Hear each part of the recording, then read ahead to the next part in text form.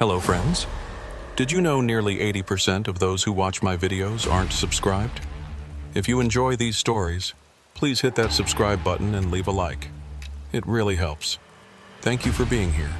By the way, where are you watching from? Let me know in the comments.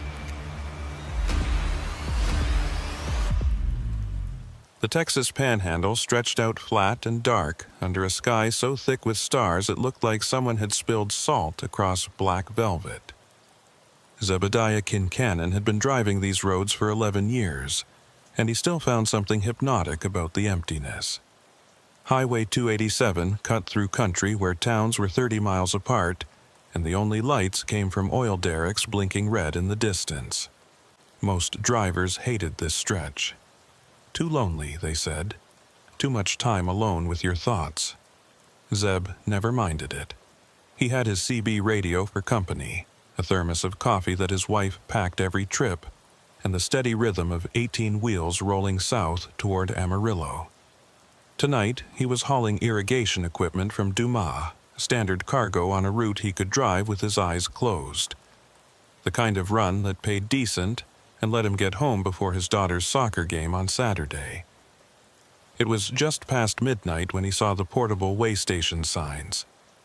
They popped up in his headlights about 2 miles before the checkpoint itself. Those familiar orange diamonds with black lettering that every trucker knows by heart. All commercial vehicles must stop. He eased off the accelerator and started downshifting, letting the engine brake do most of the work. His rig settled into that familiar rumble as he rolled towards the lights.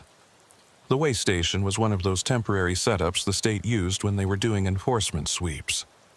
A couple of portable buildings, the scale platform itself, and enough floodlights to make the whole area look like a stage. Zeb could see 2 other trucks already pulled over to the side, drivers probably getting their paperwork checked. He rolled onto the scale and waited for the signal. The woman who came out of the office was middle-aged, wearing a high-visibility vest over a state employee jacket. She had a clipboard and that slightly bored expression that way station clerks always seem to develop after a few years on the job. Zeb rolled down his window and handed over his paperwork before she even asked. "Evening," he said. Zeb Kincannon, hauling irrigation equipment to Amarillo. She took the papers and glanced at them, then looked at the digital readout from the scale. Her expression shifted slightly, just enough that Zeb noticed. She looked at the readout again, then back at his paperwork. "Your bill of lading says you're at 42,000 pounds, she said. Scales reading 43.8. Zeb frowned. That was more than a minor discrepancy. That can't be right. I watched them load it myself. Weighed it at the shipper before I left.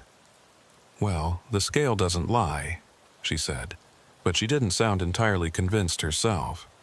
"Pull over to Bay 3 and we'll have you cross the scale again. Sometimes we get ghost readings when the platform's settling." He nodded and pulled forward, parking where she'd indicated. Through his passenger window he could see the other 2 trucks still sitting there, engines idling. Both drivers were standing outside their cabs, talking to what looked like highway patrol. The conversation looked casual enough, but something about it made Zeb uneasy. He couldn't put his finger on what. The clerk came back after about 5 minutes and waved him forward to the scale again. Zeb pulled back onto the platform and waited while she disappeared into the office. When she emerged, her expression was different. Not quite worried, but definitely puzzled. 44,200, she said. "You gained another 400 pounds. "That's impossible," Zeb said flatly. "The trailer's sealed, has been since I loaded. You can see the bolt seal yourself, numbers right there on the manifest." She checked the seal visually, walking around to the back of his trailer and shining a flashlight on it. When she came back, she was shaking her head. "Seal's intact, number matches. But something's not right here. Let me get the supervisor." Zeb sat in his cab and tried to make sense of it. Weight didn't just appear out of nowhere. The scale could be miscalibrated, but not by that much. And if it was off, it would be consistently off, not showing a different weight each time. He grabbed his phone to call his dispatcher, then noticed he had no signal. That wasn't unusual out here, but the timing felt wrong. The supervisor who came out was a state trooper, tall guy with gray at his temples, and that particular way of walking that said he'd been doing this job for a long time. His name tag read Langford, Eustace Langford, according to the full name embroidered below it. "Mr. Kincannon," he said, pronouncing it carefully, "we seem to have an unusual situation here. I'm going to need you to cross that scale one more time, but I want you to do it slowly. Stop when I signal you." Zeb complied, easing his rig onto the platform at maybe 3 miles per hour. Trooper Langford stood at the scale office window, watching the digital readout. He raised his hand when Zeb's trailer axles were fully on the platform, signaling him to stop. The trooper disappeared into the office. When he came back out, his expression was carefully neutral in that way cops have when they don't want to show that something's bothering them. 44,900, he said. "You're telling me that seal hasn't been broken since loading?" "I watched them put it on myself," Zeb said. "Look, I don't know what's going on with your scale, but my cargo doesn't change weight. It's steel pipe and aluminum fittings, not exactly something that absorbs moisture or settles during transport." Langford nodded slowly. "I believe you. But I've been running this station for 6 years, and I've never seen a scale behave like this. You mind if we take a look inside that trailer?" Under normal circumstances, Zeb would have said no. Opening a sealed trailer meant breaking the seal, which meant paperwork and phone calls and delays. But the way Langford asked wasn't quite a request. And honestly, Zeb wanted to know what was causing the readings as much as anyone. "Go ahead," he said. "But I want the clerk to document everything. Time, seal number, the whole 9 yards." They did it properly, the clerk photographing the seal before Langford cut it with bolt cutters. When they swung open the trailer doors, the cargo was exactly what the manifest said it should be. Sections of aluminum irrigation pipe, neatly stacked and secured with cargo straps. Boxes of fittings and connectors. Nothing that should have gained 700 pounds in the last 20 minutes. Langford climbed up into the trailer with a flashlight, checking the cargo straps and looking behind the front bulkhead. He spent maybe 10 minutes in there before climbing back down. "Everything looks normal," he said, but he was frowning. "Nothing's shifted, nothing's wet, no signs of tampering." "So what now?" Zeb asked. "Now we seal it back up and you cross the scale one more time," Langford said. "If the weight's still climbing, I'm calling the state metrology lab. That scale might need a complete recalibration." They put a new seal on the trailer, the clerk documenting the new number. Zeb pulled onto the scale for what felt like the 10th time that night. The digital readout flickered for a moment, then stabilized. 45,600 pounds. Langford stared at the number for a long moment. Then he looked at the clerk, who shook her head like she couldn't believe what she was seeing either. The trooper walked over to Zeb's window. "Mr. Kincannon, I don't have an explanation for this," he said. "Your cargo checks out, the seal was intact, and there's no logical reason for that number to keep climbing. But I can't let you proceed with an overweight load, especially one that seems to be getting heavier by the minute." "So, what am I supposed to do?" Zeb asked, hearing the frustration creep into his voice. "Sit here until morning." "I'm going to make some calls," Langford said. "See if the state lab can send someone out tonight. In the meantime, you're going to have to park over there with the other trucks." It was only then that Zeb realized the 2 trucks that had been parked when he first arrived were still there. Both drivers were standing outside in the cold, smoking cigarettes and looking just as confused and frustrated as Zeb felt. He pulled over and parked next to them, shutting down his engine but leaving the running lights on. The night stretched out quiet around them. The floodlights from the way station cast harsh shadows across the pavement. Somewhere in the distance, Zeb could hear the faint static of CB radio chatter, though he couldn't make out the words. He climbed down from his cab and walked over to the other drivers. One was a younger guy, maybe late 20s, wearing a jacket with a company logo Zeb didn't recognize. The other was older, probably pushing 60, with the kind of weathered face that said he'd been driving truck longer than the young guy had been alive. "Either of you having scale problems?" Zeb asked. The older driver nodded. "Started about an hour ago. My weight kept going up every time I crossed. Trooper made me open my trailer, checked everything, sealed it back up. Weight's still climbing." "Same here," the younger driver said. "I'm hauling auto parts. Stuff doesn't just gain weight sitting still." Zeb felt a chill that had nothing to do with the November air. "What's your weight showing now?" "Started at 38,000, the older driver said. "Last time I crossed it was 41.5. Been gaining about 500 pounds every 15 minutes. The young driver pulled out his phone and checked something. "Mine's up to 44,000 from 41. This doesn't make any sense."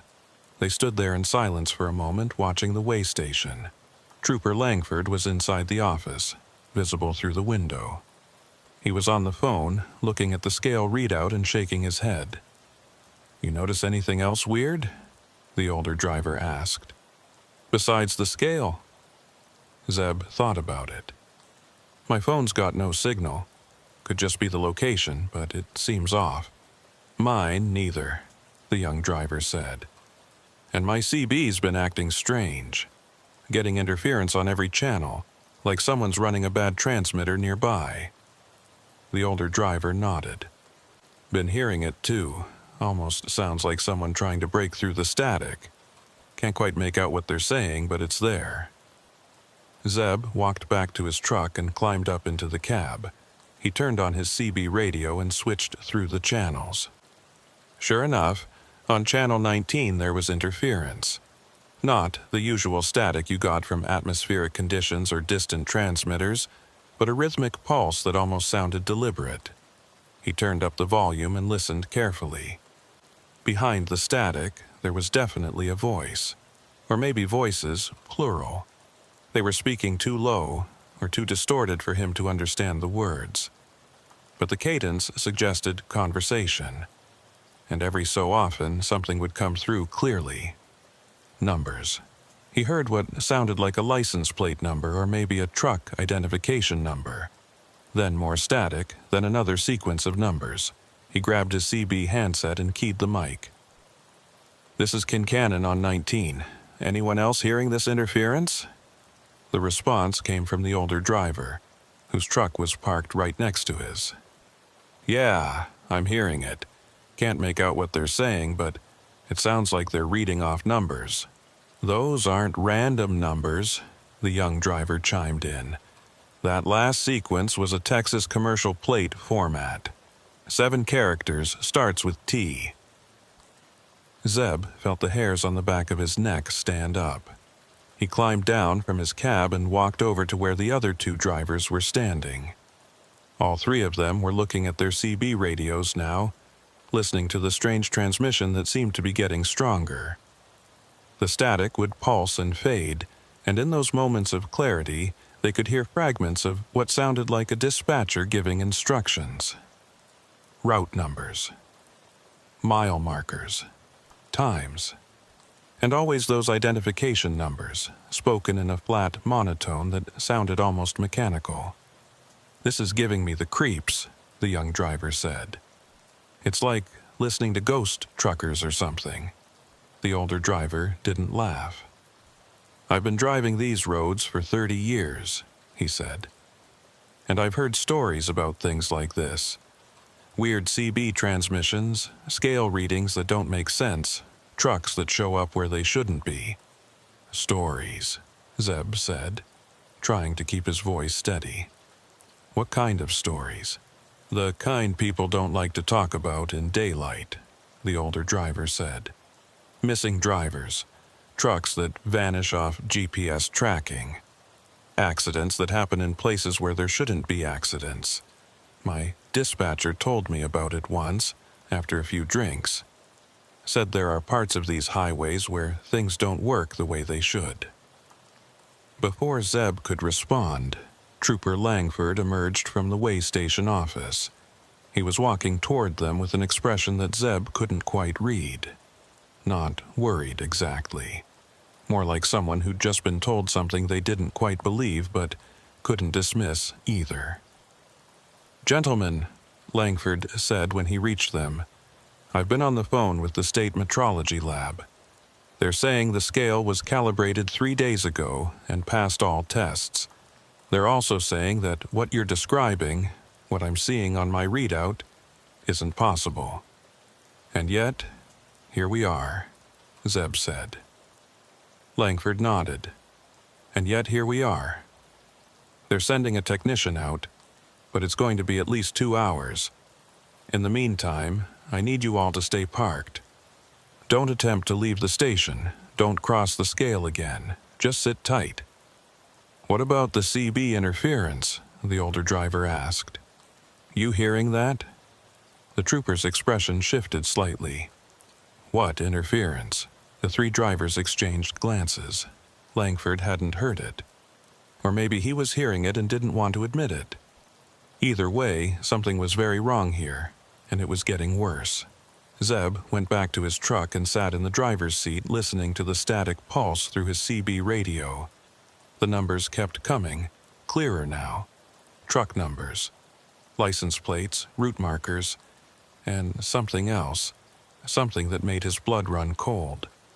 One of the numbers was his own truck identification number. He grabbed the handset. "Anyone else just hear their truck number come over the CB?" There was a pause. Then the older driver's voice came back, tight with tension. "Yeah, mine just came through. What the hell is going on?" The young driver didn't respond. Zeb looked over at his truck and saw him standing outside, staring at something in the distance. Something beyond the lights of the way station, out in the darkness of the Panhandle night. Zeb climbed down and walked over. "What are you looking at?" The young driver pointed. "Out there, on the highway. You see that?" Zeb looked where he was pointing. At first he saw nothing but darkness and the faint glow of distant oil derricks. Then he saw them. Lights. Red marker lights and running lights, the kind every commercial truck has. They were moving slowly down the highway coming from the north. "Convoy," Zeb said. "Probably 3 or 4 trucks. Watch them," the young driver said. "Just watch." Zeb watched. The lights were getting closer, moving at maybe 50 miles per hour. As they approached the way station area, Zeb expected them to slow down and pull in. The portable signs were lit up, impossible to miss, but the convoy didn't slow down. It rolled right past the station at the same steady speed, close enough that Zeb could see the shapes of the trucks themselves. They were older models, not antiques, but definitely not new. The kind of trucks you might have seen on these highways 10 or 15 years ago, before aerodynamics and fuel efficiency became the driving factors in truck design. And they were all the same. Same model, same color, same configuration, like someone had ordered a fleet and painted them all identical. "Those trucks didn't stop," the older driver said. He'd walked over to join them. "They're supposed to stop." "Maybe they didn't see the signs," Zeb offered, but he didn't believe it himself. "They saw them," the older driver said. "They just didn't care, or couldn't stop, or something." Trooper Langford had seen them too. He was standing outside the way station office now, looking at the highway where the lights were disappearing into the distance. He pulled out his radio and said something into it, too quiet for Zeb to hear. Then he walked over to where the 3 drivers were standing. "Did you get a good look at those trucks?" he asked. Older models, Zeb said. Looked like they were all identical, running in tight formation. You see any identification, company names, numbers? The three drivers shook their heads. Langford looked troubled. He was quiet for a moment, then seemed to make a decision. I'm going to level with you, he said, because I think you deserve to know what you're mixed up in here. Those trucks you just saw, they've been reported running this stretch of highway for the last 3 weeks. Always at night, always in the same formation, always heading south. We've tried to stop them twice. Both times they just kept rolling, like they couldn't see us or didn't care. You saying they're running illegal? The young driver asked. I'm saying they might not be running at all, Langford said. State Patrol tracked them on GPS both times. They show up on the highway, run about 40 miles, then vanish. Not like they turn off or stop. They just vanish from tracking. No exits taken, no evidence they ever left the road. They're just gone. Zeb felt something cold settle into his stomach. What are you telling us? I'm telling you that something strange has been happening on this stretch of highway, Langford said. Scale anomalies, CB interference, trucks that show up where they shouldn't be. The state's been trying to figure it out, but so far nobody has any answers that make sense. So, what do we do? The older driver asked. For now, you wait like I said. The technician is coming to check the scale. When they're done, I'll cut you all loose and you can be on your way. But I need you to report anything else unusual you see or hear. Anything at all.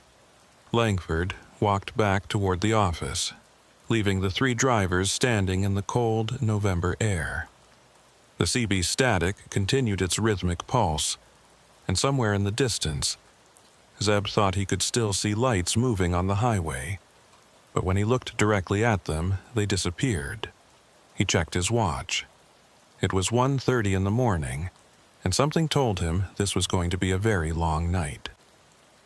The technician from the state metrology lab arrived at 3:15 in the morning, driving a white van with official state markings.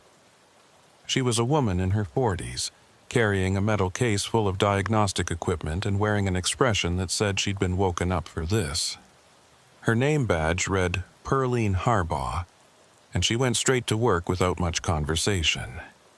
Zeb watched from his cab as she set up her equipment around the scale platform.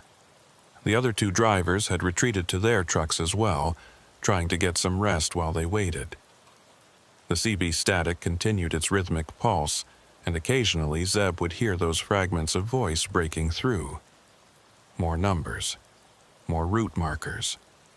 Always that same flat monotone that made his skin crawl. Harbaugh spent about 40 minutes running diagnostics on the scale, checking calibration weights and examining the load cells underneath the platform. Zeb could see her frowning at her laptop screen, shaking her head like the numbers weren't making sense. Finally, she walked over to Trooper Langford's office, and they had a conversation that lasted maybe 10 minutes. Through the window, Zeb could see both of them looking at the laptop, then looking at the scale, then back at the laptop. When Harbaugh came out, she walked directly to Zeb's truck. He rolled down his window. "Mr. Kincannon," she said, "I need you to cross the scale one more time. But this time, I want you to do exactly what I say. Pull forward very slowly until I signal you to stop." Zeb started his engine and eased the truck forward onto the scale platform. Harbaugh stood at the edge with a handheld device, watching both the device and the scale readout visible through the office window. She raised her hand when his drive axles were on the platform. "Stop there," she called. "Now pull forward another 2 feet." He did.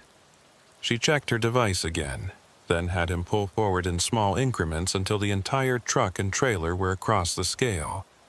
Each time she checked her readings, her frown deepened. When Zeb had cleared the scale completely, she walked over to his window again. "Your truck weighs exactly what it should according to your manifest," she said. 42,000 pounds, give or take 50 pounds for fuel consumption. So, the scale's working right? Zeb asked. The scale's working perfectly, Harbaugh said. That's the problem. When you were sitting still on the platform earlier, the weight was climbing. But now that we're doing controlled passes with my calibrated equipment monitoring everything, the weight is normal. Whatever was causing the anomaly, it's not happening now. That doesn't make any sense, Zeb said. No, it doesn't, Harbaugh agreed. But I can't find anything wrong with the scale. The load cells are calibrated. The electronics are functioning normally, and there's no interference from external sources that I can detect. Whatever you experienced earlier, I can't reproduce it. She walked back to her van and started packing up her equipment. Trooper Langford came over to talk to the three drivers, who'd all gathered outside their trucks now that it looked like they might finally be released. The scale checks out, Langford said. Mrs. Harbaugh can't find anything wrong with it. So, officially, you're all cleared to proceed. But I'm going to ask you to do something for me. If you experience any other unusual phenomena on your route tonight, I want you to report it. Call the State Patrol Dispatch, tell them what you saw, and mention my name. You think something else is going to happen? The older driver asked. Langford was quiet for a moment. I think whatever's going on out here isn't finished yet, and I think you three ended up in the middle of it for a reason. What reason? Zeb asked. If I knew that, I'd probably sleep better, Langford said. Just stay alert and watch out for those trucks we saw earlier. If you see them again, don't try to follow them. Don't try to contact them on CB. Just note the time and location and keep driving. The three drivers exchanged glances. Nobody wanted to say out loud what they were all thinking, which was that this whole situation felt wrong in ways that went beyond malfunctioning equipment or atmospheric interference. Zeb climbed back into his cab and prepared to get back on the road. It was almost 4 a.m. now, and he'd lost nearly 4 hours sitting at this way station. He'd have to push hard to make his delivery window in Amarillo, but at least he was moving again. He keyed his CB to channel 19 and heard the static immediately. It was stronger now, more insistent, and beneath it, that voice was still broadcasting numbers. He pulled onto Highway 287 and headed south, watching his mirrors as the lights of the way station disappeared behind him. The other 2 trucks pulled out at the same time, the older driver taking the lead about a quarter-mile ahead, the younger driver falling in behind Zeb. They formed an impromptu convoy, none of them wanting to be completely alone on this stretch of highway after what they'd experienced. The road was empty at this hour. Just the 3 of them rolling through the darkness. The stars were still thick overhead, and the landscape was nothing but black shapes against slightly less black sky. Zeb kept his speed steady at 65, watching his fuel gauge and his mirrors in equal measure. About 20 miles south of the way station, the CB crackled to life with the older driver's voice. "You boys seeing what I'm seeing up ahead?" Zeb looked through his windshield.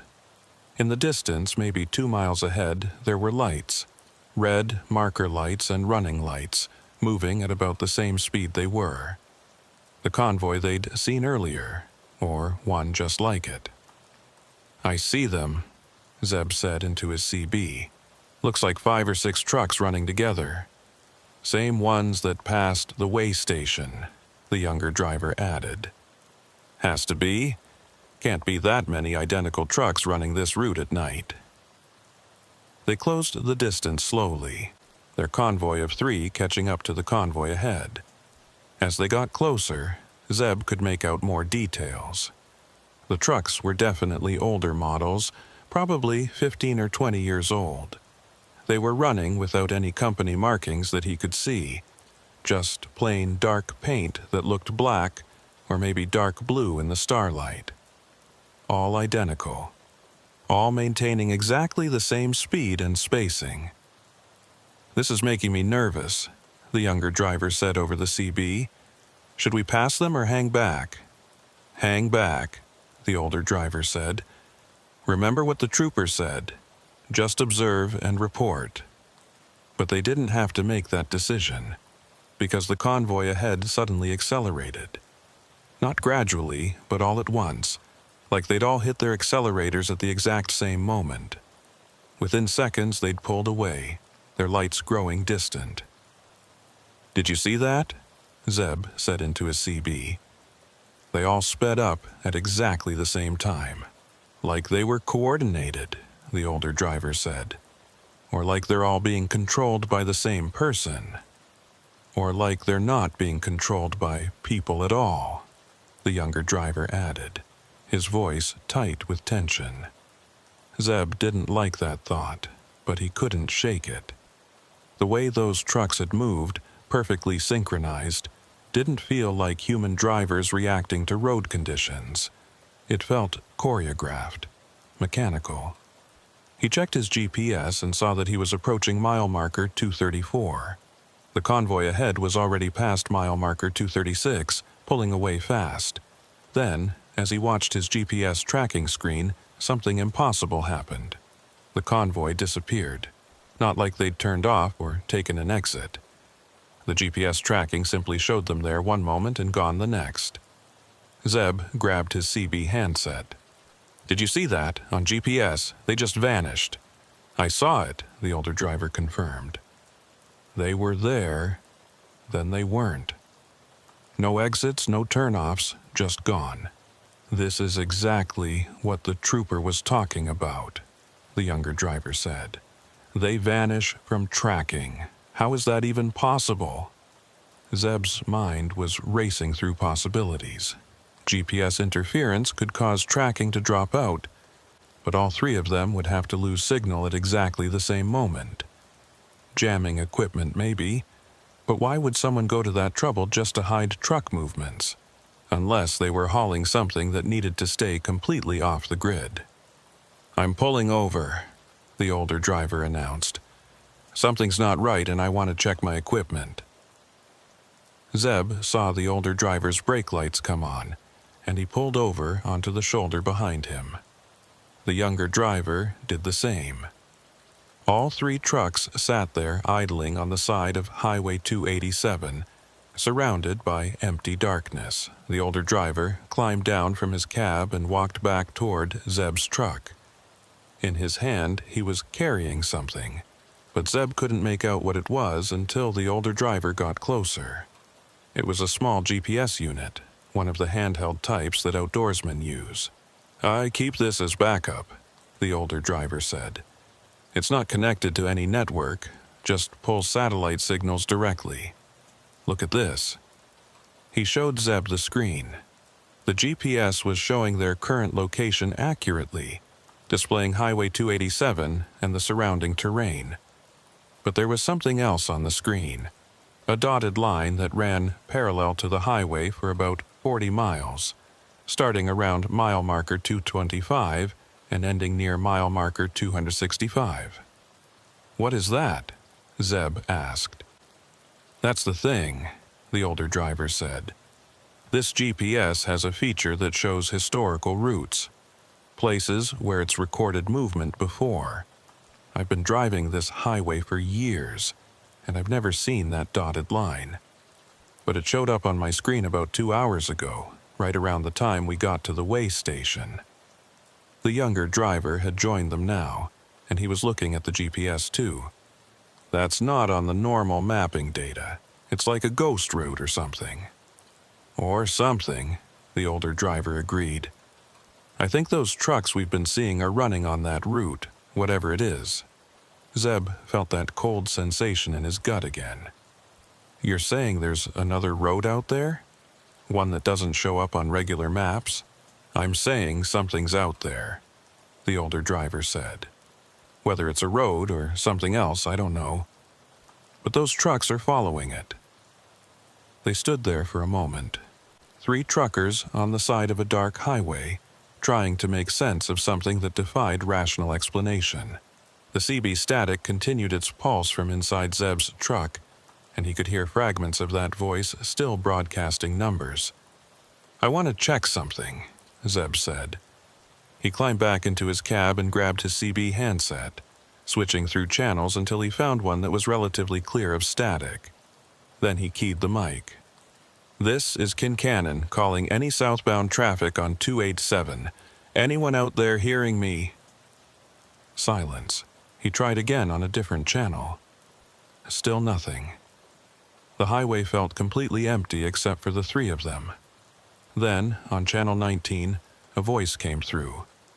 Not the flat monotone they'd been hearing in the static, but an actual human voice, male, older, with a Texas accent.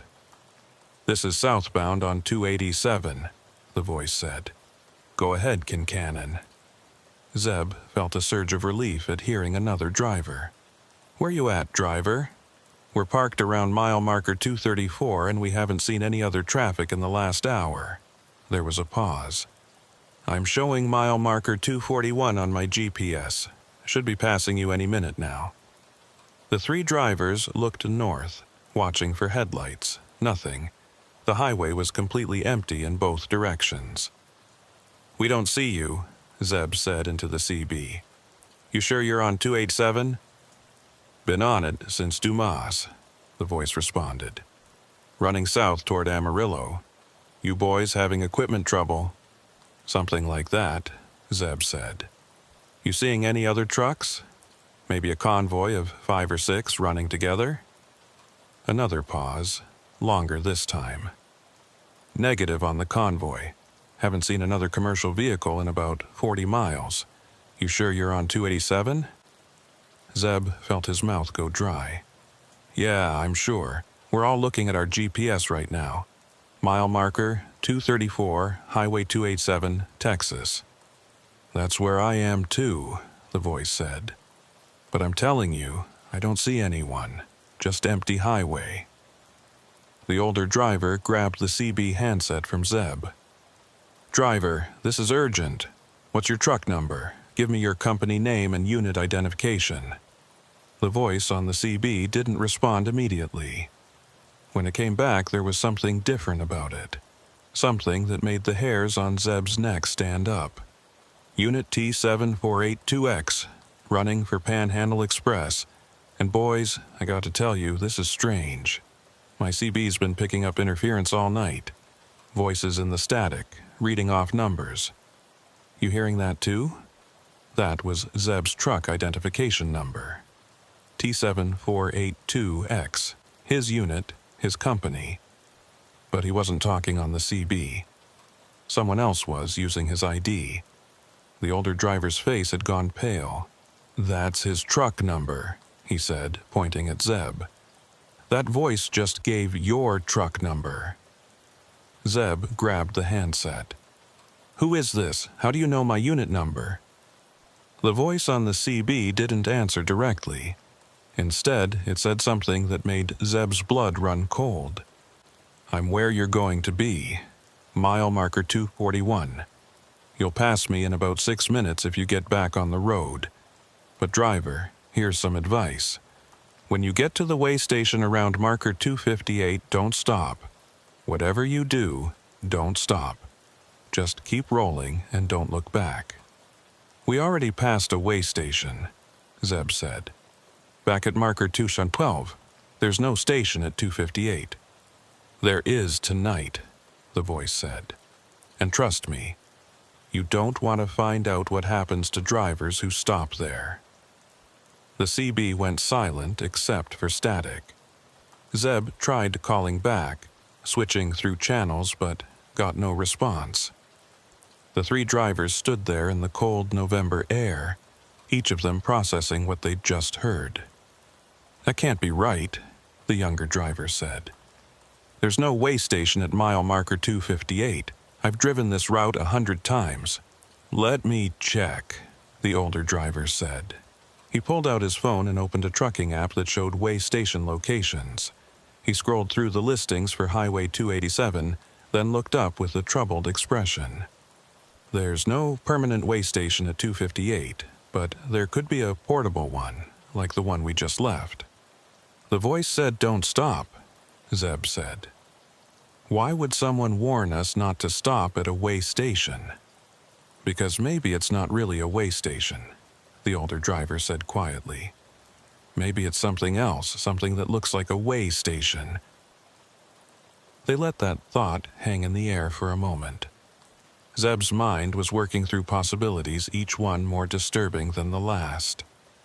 Cargo thieves setting up fake way stations to stop trucks. That happened sometimes, though usually on more remote roads. But the voice on the CB had known his truck number, had known they were coming. How was that possible unless someone was monitoring them? "I say we call the state patrol," the younger driver said. "Tell them what we just heard. Let them check out mile marker 258 before we get there." Zeb pulled out his phone, but he still had no signal. Neither did the other two drivers. They were in a dead zone, common enough in the Panhandle, but the timing felt deliberate. "We need to make a decision," the older driver said. "We're about 25 miles from marker 258. We can sit here and wait for daylight, or we can get back on the road and see what's ahead." "I need to make my delivery," Zeb said. "I'm already 4 hours behind schedule. If I wait until daylight, I'll miss my window completely." "Same here," the younger driver said. "But I'm not rolling into some kind of trap either." The older driver thought for a moment. "Here's what we do. We stay together, all 3 trucks running convoy. We approach marker 258 slowly, and if we see anything that looks wrong, anything at all, we don't stop. We blow right past it, and we call the state patrol as soon as we get phone signal back." It was a reasonable plan, as reasonable as anything could be given the circumstances. The 3 drivers climbed back into their cabs and pulled onto the highway, running in tight formation. The older driver took the lead, Zeb in the middle, younger driver bringing up the rear. Mile marker 235 passed, then 236. Zeb kept waiting to see the convoy of dark trucks ahead, but the highway remained empty. His GPS was working normally now, showing no ghost routes or anomalies, just the straight line of Highway 287 cutting through the Panhandle darkness. At mile marker 240, the CB crackled to life again. This time it was the flat, monotone voice they'd heard in the static earlier. But now it was perfectly clear. No interference at all. "Southbound convoy approaching marker 245. 3 units. Recommend diversion to secondary route." "Who is this?" Zeb said into his CB. "What secondary route?" "Marker 258 compromised. Primary inspection protocol active. All units divert to secondary route at marker 245. Zeb looked at his GPS. There was no exit at mile marker 245, just empty highway stretching ahead into darkness. But as they approached marker 245, he saw something that made him slow down instinctively. There were lights off to the right, about a quarter mile from the highway. Not the lights of a town or a truck stop, but a cluster of lights that looked like they could be coming from vehicles. Lots of vehicles. "You seeing that?" the older driver asked over the CB. "I see it," Zeb confirmed. "What is that?" "That's where the ghost route goes," the older driver said. "Look at your GPS, that dotted line I showed you earlier. It branches off right here." Zeb checked his GPS. The older driver was right. The strange dotted line that showed on the backup GPS split away from Highway 287 at mile marker 245, heading east into empty country. "We're not following it," the younger driver said, and there was fear in his voice now. "Whatever's out there, we're not going." "Agreed," Zeb said. "We stick to the highway." But as they passed mile marker 245, Zeb couldn't help looking toward those distant lights. And in that moment, he saw them, the convoy of dark trucks, 5 or 6 of them, moving across the landscape parallel to the highway. They weren't on any road that he could see, just moving through the open country like they were following an invisible path. The CB erupted with static, and through it came voices. Multiple voices now, all talking over each other. Some were giving route instructions, others were reading off truck numbers and cargo manifests. And beneath it all was a sound that Zeb couldn't quite identify. Something mechanical and rhythmic that made his teeth ache. "Something's wrong," the older driver said over the CB. "My truck's pulling to the right. I'm losing steering." "Same here," the younger driver said. "It's like something's dragging me off the road." Zeb felt it too. His steering wheel was trying to turn right, pulling toward that cluster of lights in the distance. He gripped the wheel harder, fighting to keep the truck on the highway. But the pull was getting stronger, like an invisible force was trying to drag them off the pavement. "Fight it," Zeb said into the CB. "Don't let go of the wheel." "I'm trying," the younger driver said, his voice strained. "But it's strong. It's really strong." Zeb's truck was drifting across the fog line now, the right side tires touching the shoulder. He cranked the wheel left and punched the accelerator, trying to power through whatever force was pulling at them. His engine roared and the truck lurched back onto the pavement. Behind him, he could see the younger driver's truck fishtailing as it fought the same invisible pull. The trailer was swinging wide, threatening to jackknife. The older driver had pulled ahead, his truck weaving but staying mostly on the road. Then, as suddenly as it started, the pulling stopped. All three trucks straightened out, running normally again. Zeb checked his mirrors and saw mile marker 246 pass. They'd made it through whatever that was. "Everyone okay?" the older driver asked over the CB. "I'm okay," Zeb said, his heart still pounding. "That was close." "Too close," the younger driver agreed. "What the hell was that?" Nobody had an answer. Zeb looked at his GPS and saw that they were 12 miles from marker 258. 12 miles from whatever warning the voice on the CB had tried to give them. And somewhere in the darkness behind them, those lights were still visible, still clustered in the place where the ghost route led. The highway stretched ahead into darkness, and Zeb had the distinct feeling that the night was far from over. Mile marker 250 passed in silence. The three trucks maintained their convoy formation, none of the drivers willing to break radio silence after what they'd just experienced. Zeb kept both hands on the wheel, his eyes moving constantly between the road ahead, his mirrors, and his GPS display. The landscape around them was unchanged, just the same flat darkness of the panhandle stretching endlessly in all directions. But something had shifted. Zeb could feel it in his gut, that instinct you develop after years of driving truck. The way the air felt different through the vents, the way the darkness seemed thicker somehow. He'd driven through this stretch 100 times, and it had never felt like this. Never felt like the highway itself was watching them. At mile marker 252, the older driver broke the silence. "My fuel gauge just dropped a quarter tank. That's not possible. I filled up in Dumas before we started." Zeb checked his own gauge. He'd had 3/4 of a tank when they left the way station. Now it was reading just over half. "Mine too. Lost about 1/8 of a tank in the last 10 minutes. "Same here," the younger driver confirmed. "Either we all sprung leaks at the same time or something's wrong with our gauges. Or we've been driving longer than we think," the older driver said. "Check your clocks." Zeb looked at his dashboard clock. It read 4:37. He pulled out his phone to compare, but the screen was dead, despite showing a full battery before. He tried his watch instead. 4:52. 15 minutes difference between his truck clock and his wristwatch. "My clocks don't match," Zeb said into the CB. "Dashboard says 4:37, watch says 4:52. "Dashboard says 4:39. the older driver reported. "My watch says 5:01. We're losing time somewhere." The younger driver's voice came back tight with barely controlled panic. "Guys, my odometer. Look at your odometers." Zeb checked.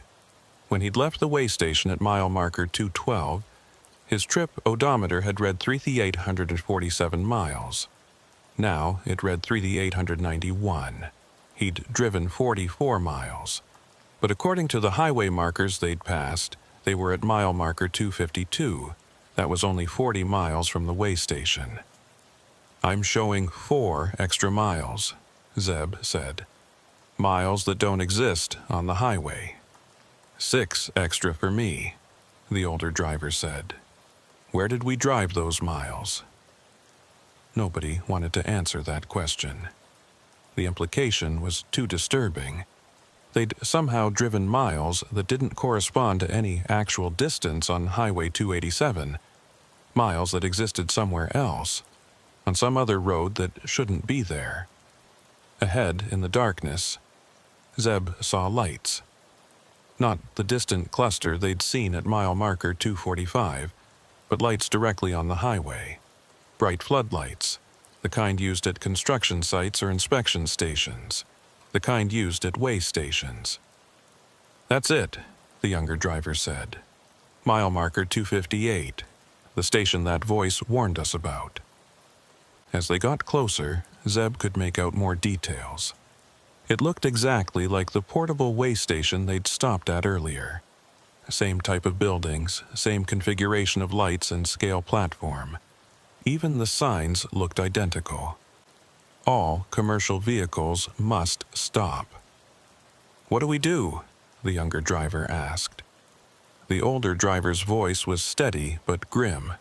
"We blow past it, like we agreed. Don't slow down, don't stop, don't even look at it too hard. Just keep rolling." Zeb's speedometer read 65. He kept his foot steady on the accelerator as the way station approached. In his peripheral vision, he could see figures moving around the buildings, people wearing what looked like high-visibility vests.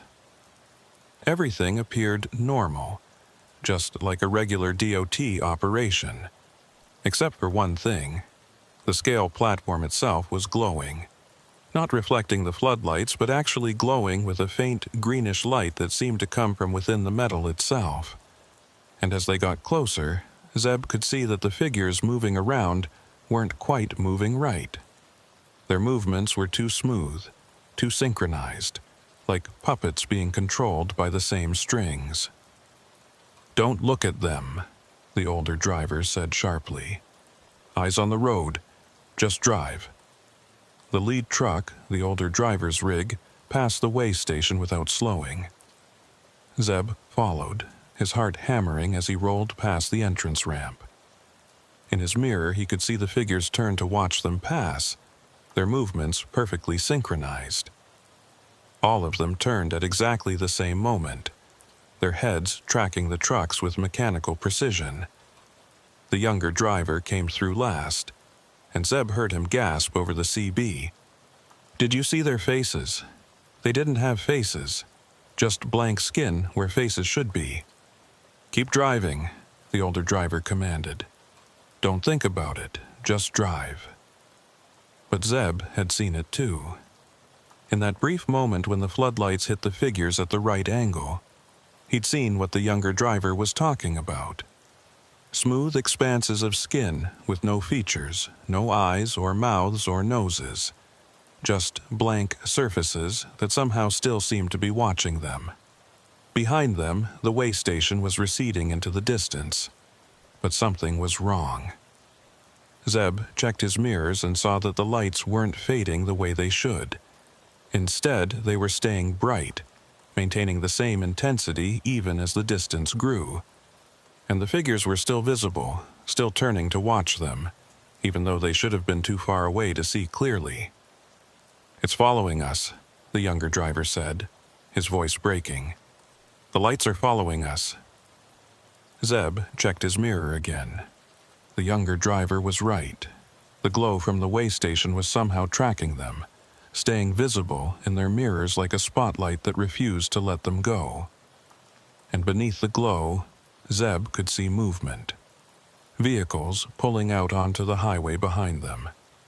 "We've got company," Zeb said into his CB. "Multiple vehicles coming out of that station. Looks like 5 or 6 trucks." "The convoy," the older driver said. "It's them, the same trucks we've been seeing all night."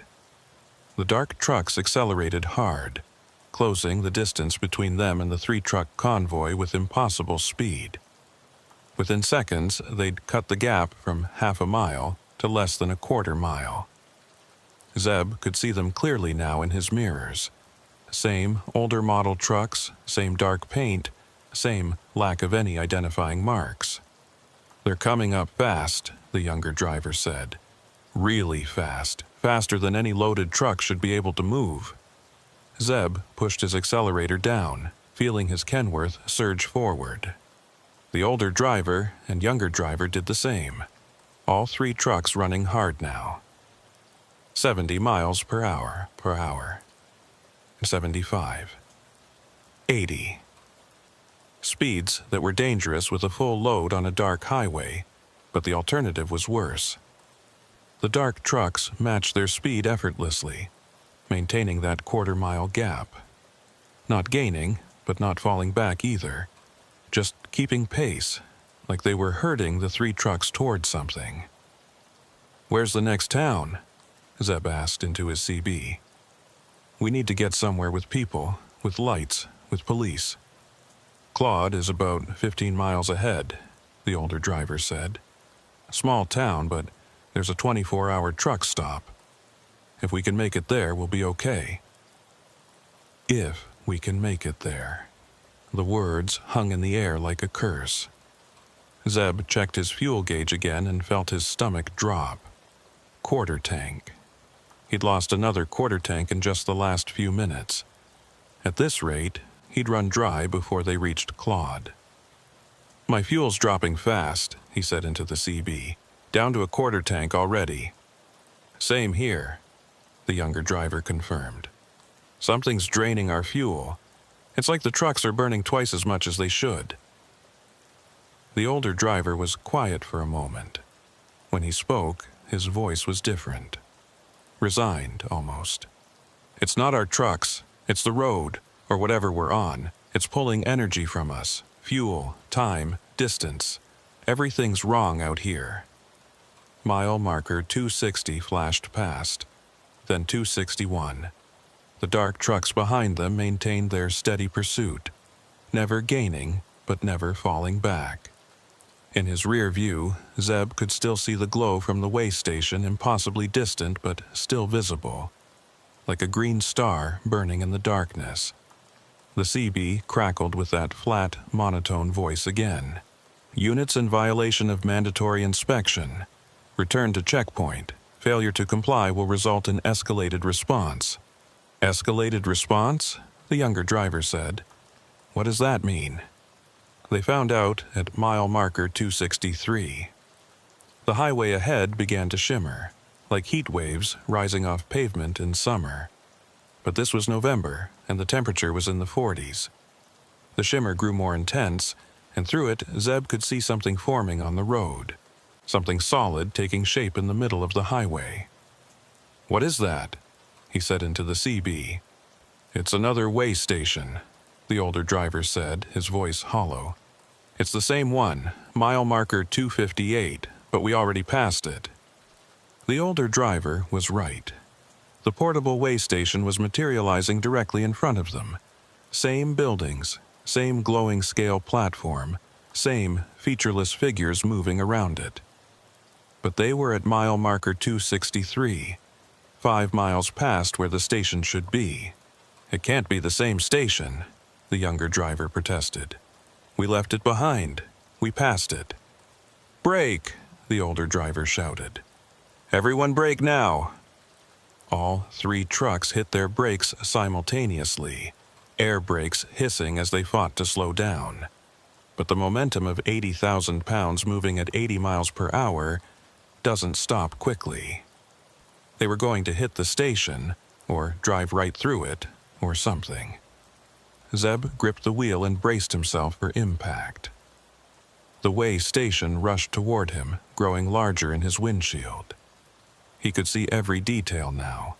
The portable buildings, the scale platform with its sickly green glow, the figures with their blank faces turning to watch his approach. Then, at the last possible second, the station disappeared. Not gradually, but instantly, like someone had flipped a switch. One moment it was there, solid and real and terrifying. The next moment there was nothing but empty highway stretching ahead into darkness. Zeb's truck shot through the space where the station had been, his tires finding normal pavement. Behind him, the other two trucks did the same. All three of them rolling through empty air where the station had been seconds before. "What just happened?" the younger driver gasped. "It wasn't real," Zeb said, but he didn't believe his own words. It had felt real, had looked real, but somehow it had vanished like it had never existed. "Or it was real but not solid," the older driver said. "Like a projection, or a memory of a place that used to be here." Mile marker 265. Zeb's fuel gauge was dropping into the red zone now, the warning light glowing on his dashboard. He had maybe 10 miles left before his tanks ran dry. Claude was still 10 miles ahead. They were cutting it dangerously close. Behind them, the dark trucks had closed the gap. They were less than 100 yards back now, close enough that Zeb could see more details. The trucks looked old but pristine, like they'd just rolled off a factory line decades ago. No road dust, no wear marks, no signs of actual use. And in the driver's seats, Zeb could see figures. But like the figures at the way station, they were wrong. Too still, too rigid, sitting at angles that human bodies shouldn't be able to maintain. "They're not people," Zeb said into his CB. "The drivers in those trucks, they're not human." "I know," the older driver said quietly. "I figured that out about 20 miles ago. Whatever's driving those trucks, it's the same thing that was running that way station, the same thing that's been broadcasting on our CB all night." "Then what is it?" the younger driver demanded. "What are we running from?" Nobody had an answer. The question hung in the air as mile marker 266 passed, then 267. Claude should be visible by now, at least the glow of lights on the horizon. But there was nothing ahead except darkness. Zeb checked his GPS. According to the map, Claude was right ahead, less than 5 miles away. But when he looked through his windshield, there was no town. No lights, no buildings, nothing. Just empty highway disappearing into black. "The town's not there," he said into the CB. "GPS says we should be seeing Claude by now, but there's nothing." "It's there," the older driver said. "We're just not seeing it, or we can't see it, like we're on a different layer of reality or something." "That doesn't make sense," the younger driver said. "None of this makes sense," the older driver shot back. "But we're living it anyway. Eyes open, people. We're getting close to something." Mile marker 270. The fuel warning light in Zeb's truck was beeping now, a steady pulse that matched his racing heartbeat. His gauge read 1/16 of a tank, maybe 5 miles left if he was lucky, and still no sign of Claude ahead. The dark trucks behind them suddenly accelerated, closing the final gap in seconds. They pulled alongside the convoy, 2 trucks on each side, boxing them in. Zeb could see the driver of the truck running parallel to him, if driver was the right word. It was a human shape, but wrong in ways that made his eyes hurt to look at directly. Proportions that didn't quite work, movements that were too smooth, an overall wrongness that his brain couldn't quite process. The figure turned its head to look at him. Where its face should have been was that same blank expanse of skin, featureless and terrible. But somehow Zeb knew it was looking at him, studying him, measuring him for something. Then it pointed ahead. Zeb followed the gesture and saw lights finally appearing on the horizon. But they weren't the scattered lights of a small town. They were too organized, too geometric, and they were the same sickly green as the way station's scale platform. "That's not Claude," the older driver said. "That's something else." As they got closer, the lights resolved into a structure. It was enormous, stretching across the entire width of the highway and extending far to either side. It looked like a way station, but scaled up to impossible size. Hundreds of scale platforms, dozens of buildings, and everywhere that green glow pulsing like a heartbeat. Figures moved throughout the complex, hundreds of them, maybe thousands. All of them faceless, all of them moving with that same unnatural synchronization. And at the center of it all was something Zeb's mind refused to fully comprehend. A structure that hurt to look at, that seemed to exist in more dimensions than 3, that pulsed with a light that wasn't quite light. "We can't go in there," the younger driver said, and he was crying now. "We can't. If we go in there, we're never coming out."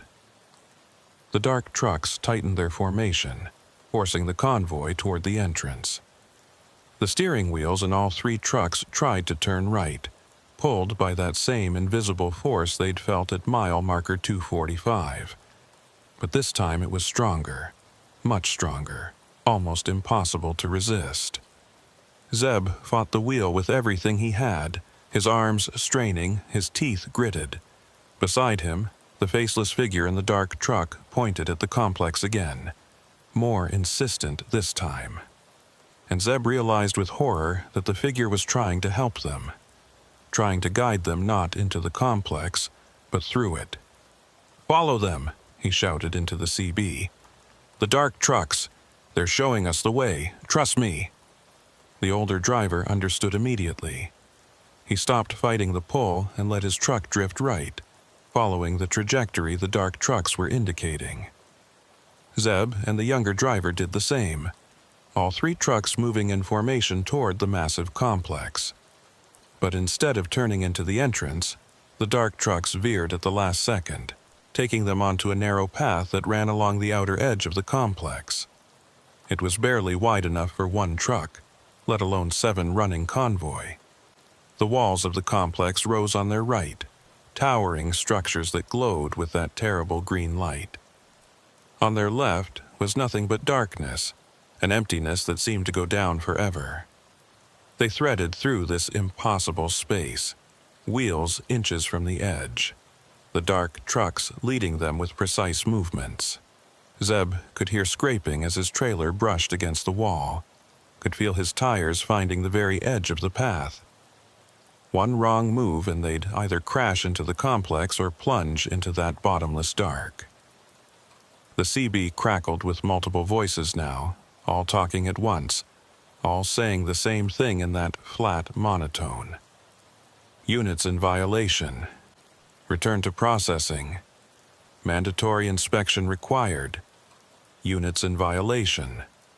But the dark trucks ignored them, pressing forward through the narrow path. And slowly, impossibly, the complex began to recede behind them. The green glow faded, the voices on the CB grew fainter, and ahead Zeb could finally see normal lights. The real Claude, the actual town, emerging from the darkness like it had been there all along. The dark trucks accelerated one final time, pulling ahead of the convoy and disappearing into the night. Within seconds they were gone, leaving the 3 trucks rolling alone toward the lights of Claude. Zeb's fuel gauge was reading empty now, his engine starting to sputter. But the truck stop was right there, less than a mile ahead. He could see the familiar logos, the normal lights, the real world coming back into focus. They pulled into the truck stop on fumes, all 3 trucks rolling to a stop at the fuel islands. Zeb shut off his engine and sat there, hands shaking, trying to process what they'd just survived. Through his windshield he could see the other 2 drivers climbing down from their cabs, looking as shattered as he felt. The truck stop was normal. blissfully, wonderfully normal. Other truckers fueling up, a clerk visible through the window, everything exactly as it should be. The parking lot was lit with ordinary sodium lights, not that terrible green glow. The CB was quiet except for normal traffic chatter. Zeb climbed down from his cab and walked toward the other drivers. They met in the space between the fuel pumps, 3 men who'd survived something they couldn't explain. "Did that really happen?" the younger driver asked. "Tell me we didn't just hallucinate all of that." "Check your fuel receipts," the older driver said. "Check your odometers and your clocks. If we hallucinated it, the numbers will match up." They compared notes. Zeb's trip odometer showed he'd driven 67 miles since leaving the way station at mile marker 212, but Claude was 58 miles from there. 9 miles that didn't exist on any map. His truck clock read 5:43, but his watch read 6:18. 35 minutes of lost time. And his fuel consumption showed he'd burned nearly a full tank, covering a distance that should have taken less than 3/4. The numbers didn't lie. Something had happened out there on Highway 287. Something that bent distance and time and reality itself. "The dark trucks saved us," Zeb said. "They let us through." "Why would they do that?" "Maybe they were drivers once," the older driver said quietly. "Maybe they got caught in whatever that was, and now they're trying to help others avoid the same fate. Or maybe there's something else entirely, something we're better off not understanding." They stood there for a moment, watching normal traffic move through the truck stop. Regular people living regular lives, completely unaware of what existed just 50 miles up Highway 287. "We need to report this," the younger driver said.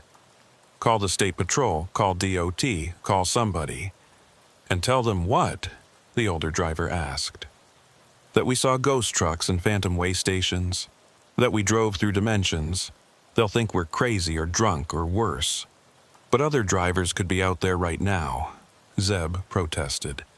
"Going through what we just went through. We have to warn them." The older driver pulled out his phone and dialed a number. After a moment, he said, "Trooper Langford, this is the driver from earlier tonight. Yeah, we made it to Claude, and you need to shut down Highway 287 between mile markers 245 and 270. Right now. I don't care what reason you give, but nobody else should be on that road tonight." He listened for a moment, then hung up. "He's making calls. Whether anyone believes him or not, I don't know. But at least we tried." They filed their fuel receipts and paid for their diesel, each of them taking longer than usual, reluctant to get back on the road. Finally, as dawn started to lighten the eastern sky, they climbed back into their cabs. Zeb sat in his driver's seat and looked at his GPS. His route to Amarillo took him south on 287, the same highway they'd just escaped. But the daylight was coming now, and somehow that made it feel safer. Whatever had been out there in the dark, maybe it couldn't exist in sunlight. He started his engine and pulled out of the truck stop, falling in behind the other 2 trucks. They ran convoy through Claude and back onto Highway 287, heading south as the sun rose over the Panhandle. The highway looked completely normal in daylight. No way stations at mile marker 258 or 263. No sign of the massive complex they'd seen. Just regular pavement and mile markers and the occasional farm truck heading to morning chores. But Zeb kept checking his mirrors anyway, watching for dark trucks that might be following. And he knew that every time he drove this route from now on, he'd remember what lurked beneath the surface of these ordinary roads. The other places that existed parallel to the world everyone else saw. The stations where drivers were processed and measured for purposes he didn't want to understand. He made it to Amarillo without incident, delivered his load on time despite the delays, and headed home to Billings. But that night, and every night after, he found himself waking at 3 or 4 in the morning, remembering the green glow in the faceless figures and the voice on the CB reading off numbers in the dark. The Panhandle highways looked normal in daylight, but Zeb knew better now. He knew what rolled on those roads after midnight, and he knew that some scales didn't measure weight at all. They measured something else entirely, something that had nothing to do with cargo manifests or DOT regulations. And sometimes, late at night when the CB was quiet, he'd hear that flat, monotone voice breaking through the static, still calling out numbers, still reading coordinates, still processing drivers who'd made the mistake of stopping at the wrong station on the wrong stretch of highway. Zeb never stopped at portable way stations after that. Not at night, anyway. And he never drove the Panhandle routes alone if he could help it, because he knew now that the roads had layers, and sometimes you could slip between them without meaning to. And once you did, the only hope was that someone or something would guide you back. The dark trucks had saved them, but who had saved the dark trucks? And how many drivers were still out there, lost between the layers, running roads that didn't exist on any map? Those were questions Zeb didn't want answered. Some mysteries were better left alone, especially when the alternative was understanding them. 3 weeks passed before Zeb drove Highway 287 again.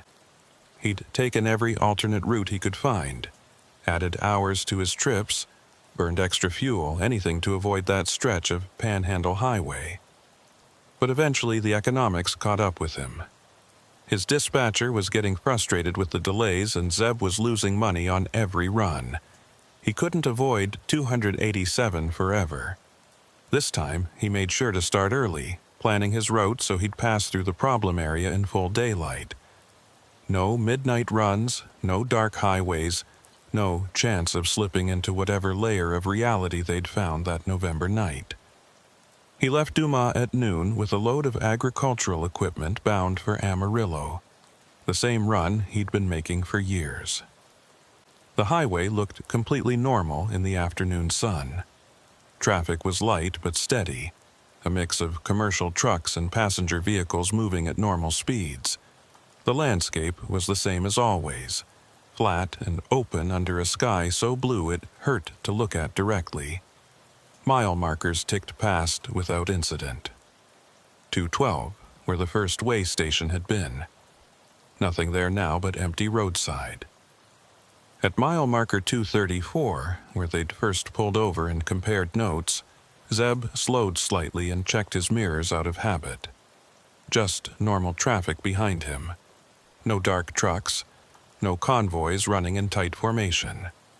His CB was tuned to channel 19, and all he heard was the usual chatter. Drivers complaining about construction, sharing weather reports, the normal soundtrack of life on the road. Mile marker 245 approached.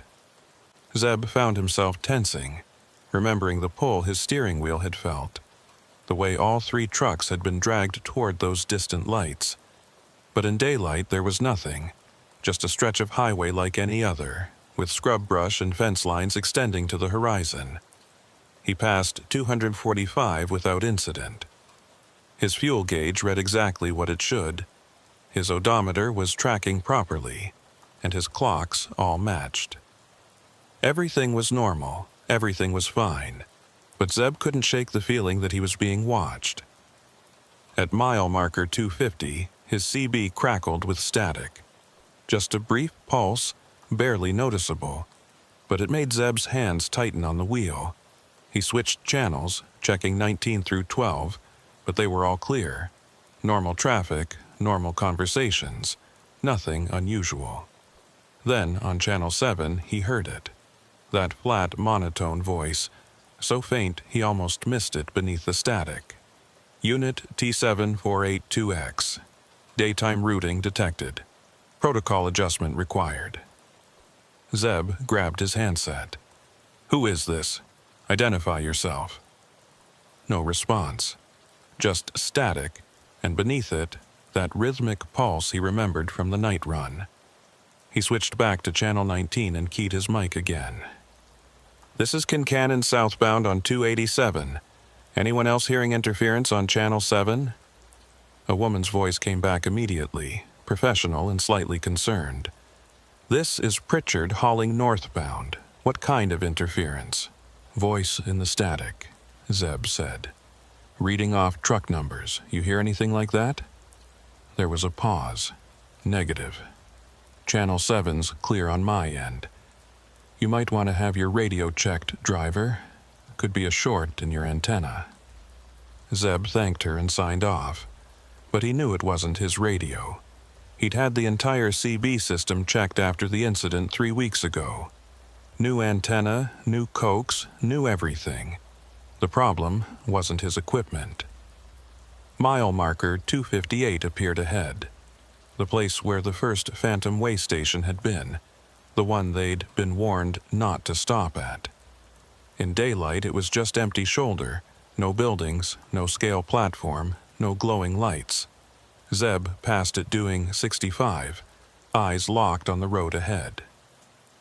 His phone rang. The caller ID showed a number he didn't recognize, a 806 area code, Texas Panhandle. Against his better judgment, he answered it. Mr. Kincannon?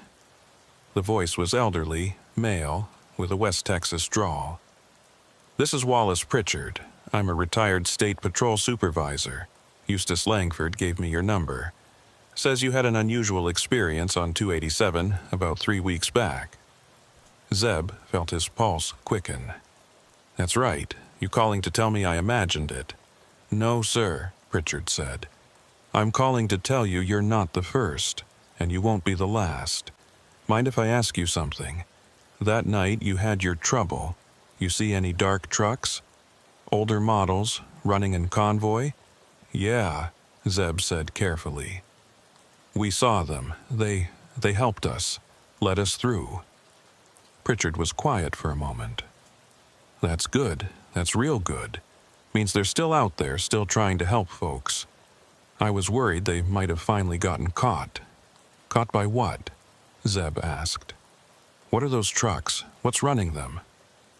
That's complicated, Pritchard said. And most of it I can't prove. But I've been studying this for 30 years, ever since I first encountered it myself back in '93. You mind pulling over somewhere? This is going to take a minute to explain. Zeb saw a rest area coming up at mile marker 263.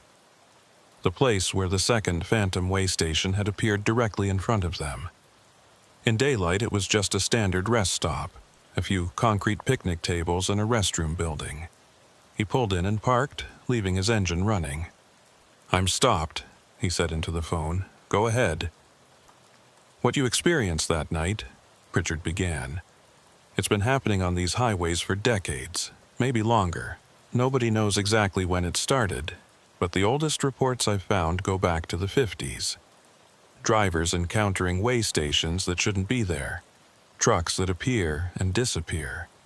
Roads that don't match up with maps. What causes it? Zeb asked. Best I can figure, it's some kind of overlap, Pritchard said. Like there's another version of these highways existing parallel to ours. And sometimes the two versions get too close together.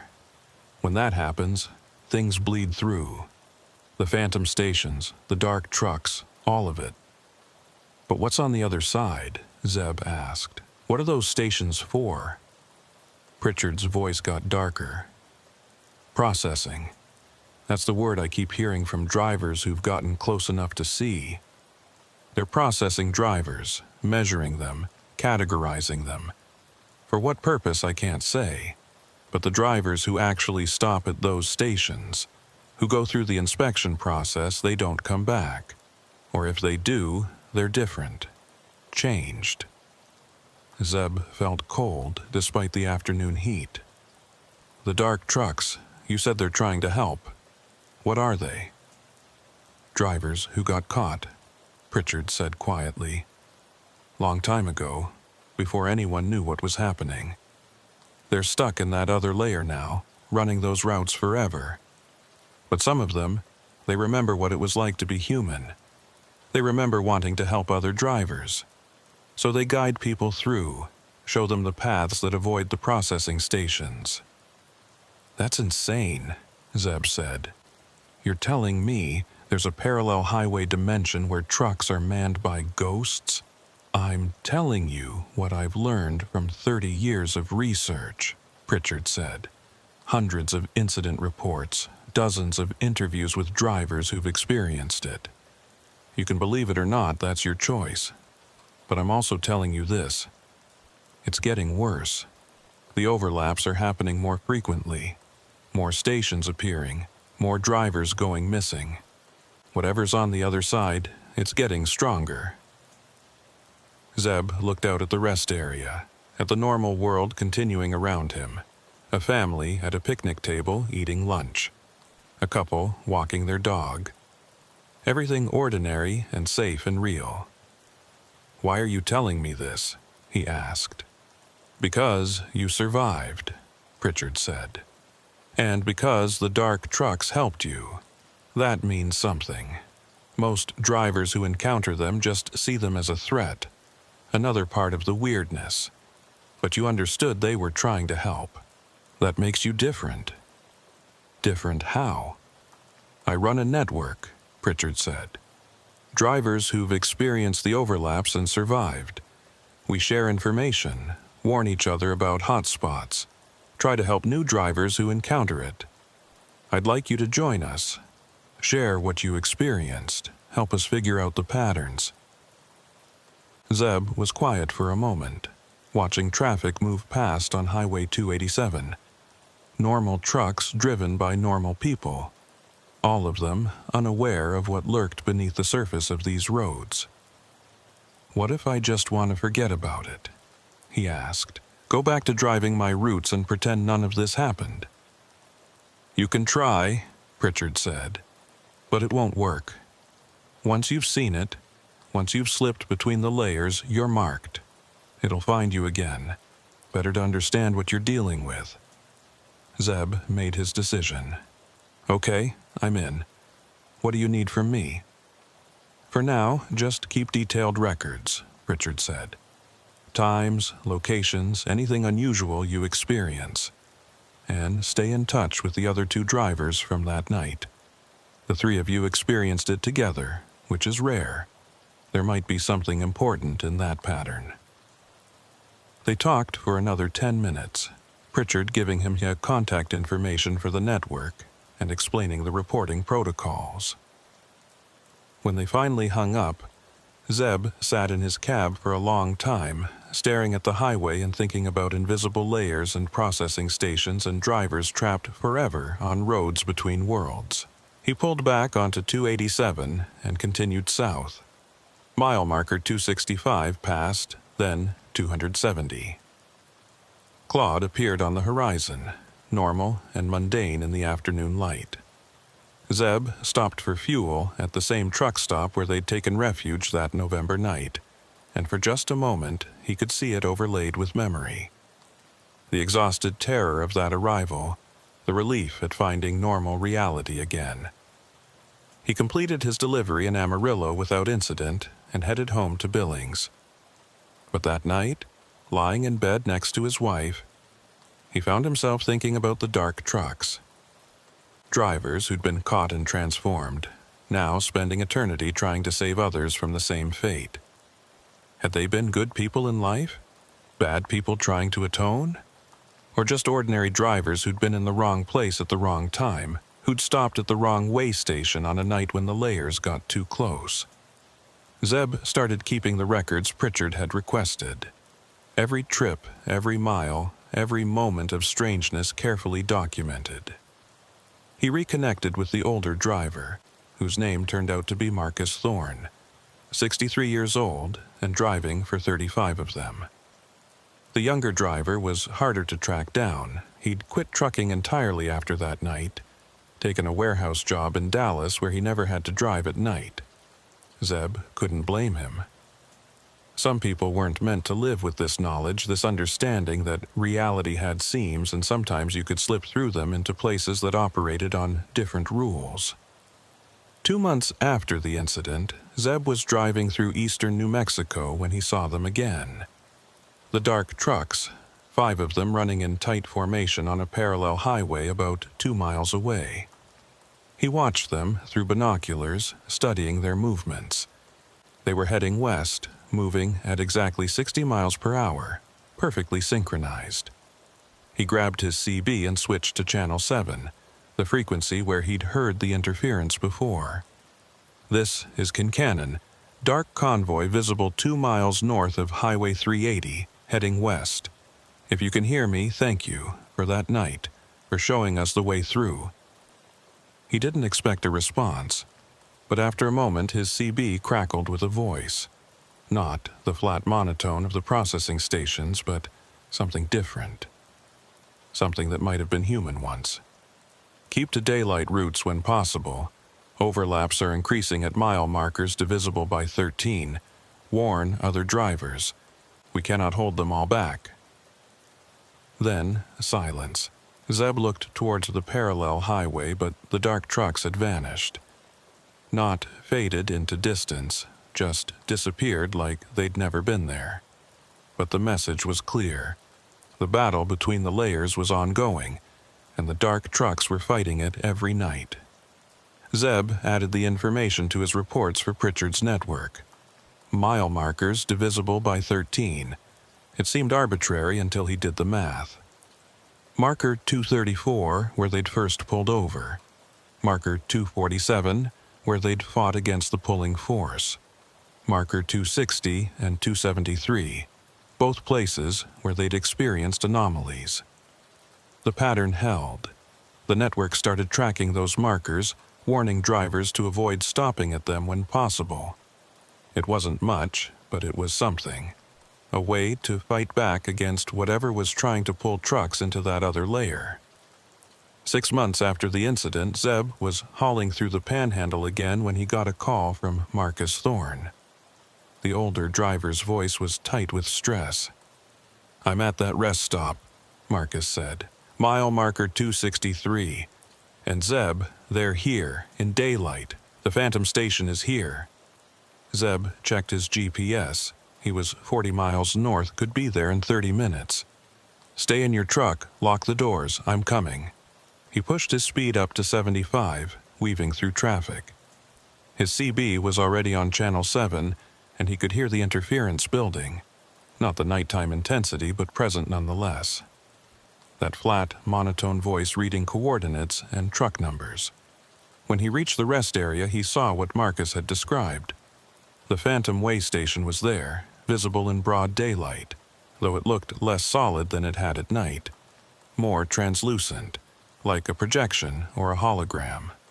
The scale platform glowed with that sickly green light, and the faceless figures moved around it with their unnatural synchronization. But there was something else. The dark trucks were there too. 5 of them parked in a defensive formation between Marcus's truck and the Phantom Station.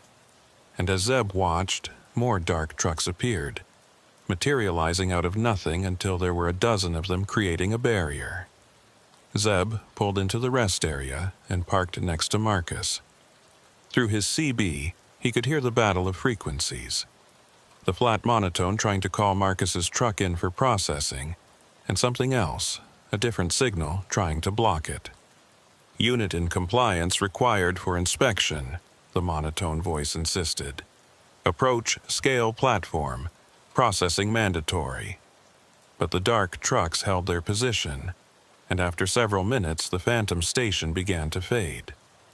Not disappearing all at once like before, but gradually losing coherence, like it was giving up and retreating back to whatever layer it had come from. When it was finally gone, the dark trucks remained for a moment longer.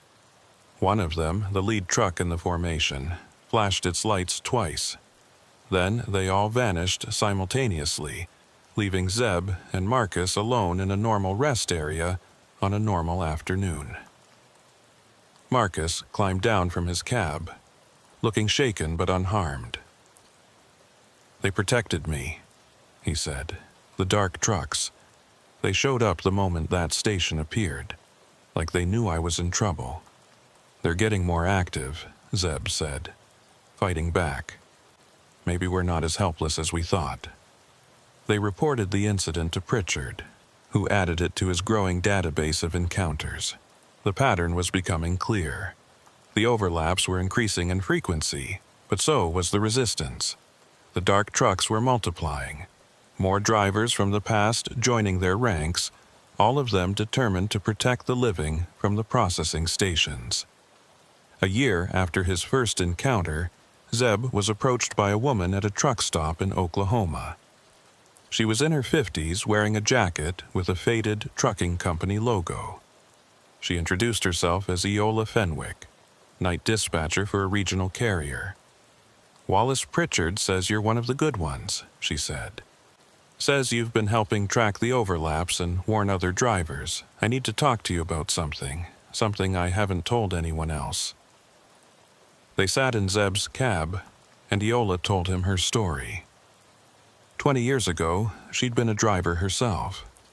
She'd encountered a phantom station on Highway 287, the same stretch Zeb had experienced. But she'd made a different choice. She'd stopped. She'd driven onto that glowing scale platform and let them process her. "I should have been trapped," she said. "Should have ended up like those drivers in the dark trucks, running forever between the layers. But something went wrong with their processing, or maybe something went right. I woke up the next morning in a regular rest area, my truck fine, my memory intact, but changed." "Changed how?" Zeb asked. "I can see them now," Eola said. "The overlaps. Not just when I'm in them, but all the time. I can see where the layers are thin, where the stations are trying to push through. And I can feel when drivers are in trouble, when someone's about to slip between worlds." She pulled out a map covered in markings. Red dots for confirmed overlap sites, blue dots for suspected locations, green lines showing safe routes through dangerous areas. "I've been tracking this for 2 decades, she said, "building a map of the danger zones. But it's getting harder. The overlaps are spreading, appearing in places they never were before. We need more people who understand what's happening, people who can see the signs and warn others." Zeb studied the map. It was comprehensive, detailed, the work of someone who'd dedicated their life to understanding the phenomenon. "Why are you showing me this?" "Because you have a choice to make," Eola said. "You can keep driving, keep avoiding the overlaps, hope you never slip through again, or you can help. Actively help, learn to recognize the signs, guide other drivers away from danger, maybe even figure out how to fight back." Zeb thought about his daughter, about his wife, about the normal life he'd built over 11 years of driving truck. Then he thought about Marcus Thorne and the younger driver who'd quit the profession entirely. He thought about the dark trucks running forever on roads between worlds, trying to save people they'd never meet. "I'll help," he said. "Tell me what you need." Over the next year, Zeb became more deeply involved in Pritchard's network. He learned to recognize the subtle signs of an approaching overlap, the way CB static would take on that rhythmic pulse, the slight shimmer in air temperature that preceded a phantom station's appearance, the feeling of being watched that meant the layers were getting thin. He started carrying specialized equipment, a backup GPS that showed historical routes and anomalies, a CB radio modified to pick up frequencies outside the normal range, a camera system that could capture what normal cameras missed. And he started to understand the scale of what they were dealing with. The phantom stations weren't random. They were part of a system, a network that existed parallel to the real highway system. And that network was growing, reaching out, trying to pull more of our reality into theirs. But the dark trucks were growing too. More drivers joining their ranks, more vehicles appearing to guide and protect. The battle between layers was intensifying, and humans caught in the middle had to choose sides. 2 years after his first encounter, Zeb was driving through the Panhandle again when he saw something new. A phantom station appearing at mile marker 247, the same place they'd felt that pulling force, but this time, the dark trucks were already there. Dozens of them, maybe 50 or more, surrounding the station in a tight perimeter, and they were pushing back. Zeb watched through binoculars as the dark trucks moved in coordinated patterns, their formation creating some kind of barrier around the phantom station. The green glow flickered and dimmed, the faceless figures moving erratically instead of with their usual synchronization. The station was weakening, being forced back to whatever layer it had come from. After 20 minutes, it collapsed entirely. One moment it was there, struggling against the dark truck's formation. The next moment it was gone, leaving nothing but empty highway and the dark trucks sitting in formation. Zeb grabbed his CB and switched to Channel 7. "This is Kincannon to Dark Convoy. I saw what you did. You're not just protecting anymore. You're winning." The response came immediately, that almost human voice he'd heard before. "Not winning, holding, but more drivers are crossing over to help. Every year, more join us. Every year, we get stronger. Tell the living. Tell them we haven't given up." The dark trucks dispersed, vanishing into whatever dimension they inhabited when they weren't protecting drivers. But the message was clear. The battle could be won. Maybe not in Zeb's lifetime, maybe not for generations, but it could be won. Zeb continued his work with Pritchard's network, training new drivers to recognize the signs, building the database of safe routes and danger zones.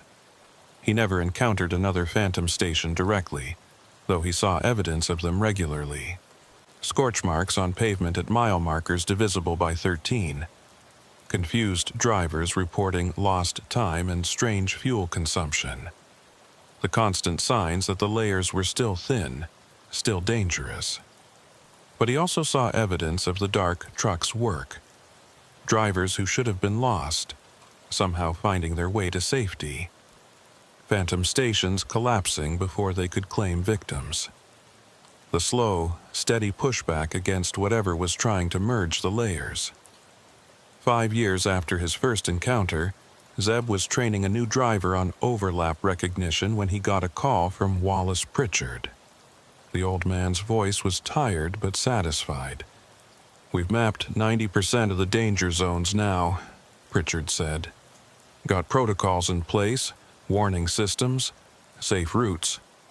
Lost fewer drivers this year than any year in the past decade. We're making progress, Zeb. Real progress." "What changed?" Zeb asked. "Knowledge," Pritchard said simply. When drivers didn't know what they were dealing with, they were easy victims. Now they know. They recognize the signs, they avoid the danger zones, and when they do encounter overlaps, they know how to get through safely. Knowledge is power, even against something this strange. Zeb thought about that first November night, the terror and confusion, the desperate run through impossible territory. If they'd known then what he knew now, would it have been easier? Maybe. Or maybe the fear had been necessary, the catalyst that drove him to understand. "The dark trucks," Zeb said. "Do you think they know? That we're fighting back? That we're winning?" "I think they know," Pritchard said. "I think they've known all along. They were just waiting for us to figure it out ourselves." That night, Zeb sat in his truck at a rest area on Highway 287, watching the sun set over the Panhandle, mile marker 234, the place where his journey into strangeness had really begun. In the fading light, he thought he could see shadows moving in the distance. Dark shapes that might have been trucks, running their eternal routes on roads between worlds. He raised his CB handset and spoke into Channel 7. "This is Kincannon. To all the dark trucks out there running the night routes, thank you. We're not forgetting you. We're not giving up. And someday, maybe we'll figure out how to bring you home." No response came, but Zeb hadn't expected one. Some messages didn't need answers. Some thanks didn't require acknowledgement. He started his engine and pulled back onto Highway 287, heading south as darkness fell over the Panhandle. His GPS showed safe routes. His CB was tuned to the right frequencies, and he carried Iola Fenwick's map marked with every known danger zone. The highway stretched ahead into darkness, and somewhere out there the dark trucks were running their routes. Still protecting, still fighting, still hoping that someday the layers would separate and they could finally rest. Zeb didn't know if that day would come, but he knew he'd keep fighting for it. Keep warning other drivers, keep building the knowledge base that made survival possible. Because that's what drivers did. They helped each other. They shared information about road conditions and safe routes and places to avoid. Even when those places existed between dimensions. Even when the roads led to stations that shouldn't be there. Even when the very fabric of reality got thin and strange things bled through. The wheels rolled on through the November darkness, carrying their cargo toward morning. And behind them, invisible to ordinary sight but always present, the dark trucks kept their vigil. Patient and eternal, guardians of a boundary most people never knew existed. Highway 287 looked normal to passing cars. Just another stretch of Texas Panhandle Road, flat and empty and unremarkable. But Zeb knew better. He knew what ran beneath its surface, what waited at certain mile markers when the conditions were right. And he knew that knowledge was the only thing standing between ordinary drivers and the processing stations that wanted to pull them through into that other layer of reality. He drove through the night, alert and watchful, a guardian in his own right. Not trapped like the dark trucks, but chosen. Fighting the same battle, just from the other side of the layers. The CB crackled with static, and beneath it, Zeb heard that familiar, rhythmic pulse. But it was fainter now, weaker, pushed back by the growing strength of those who understood what they were fighting. Mile marker 258 passed in darkness. Empty shoulder, no phantom stations, no processing platforms. Just normal pavement under normal stars. For now, at least, for tonight. And that would have to be enough.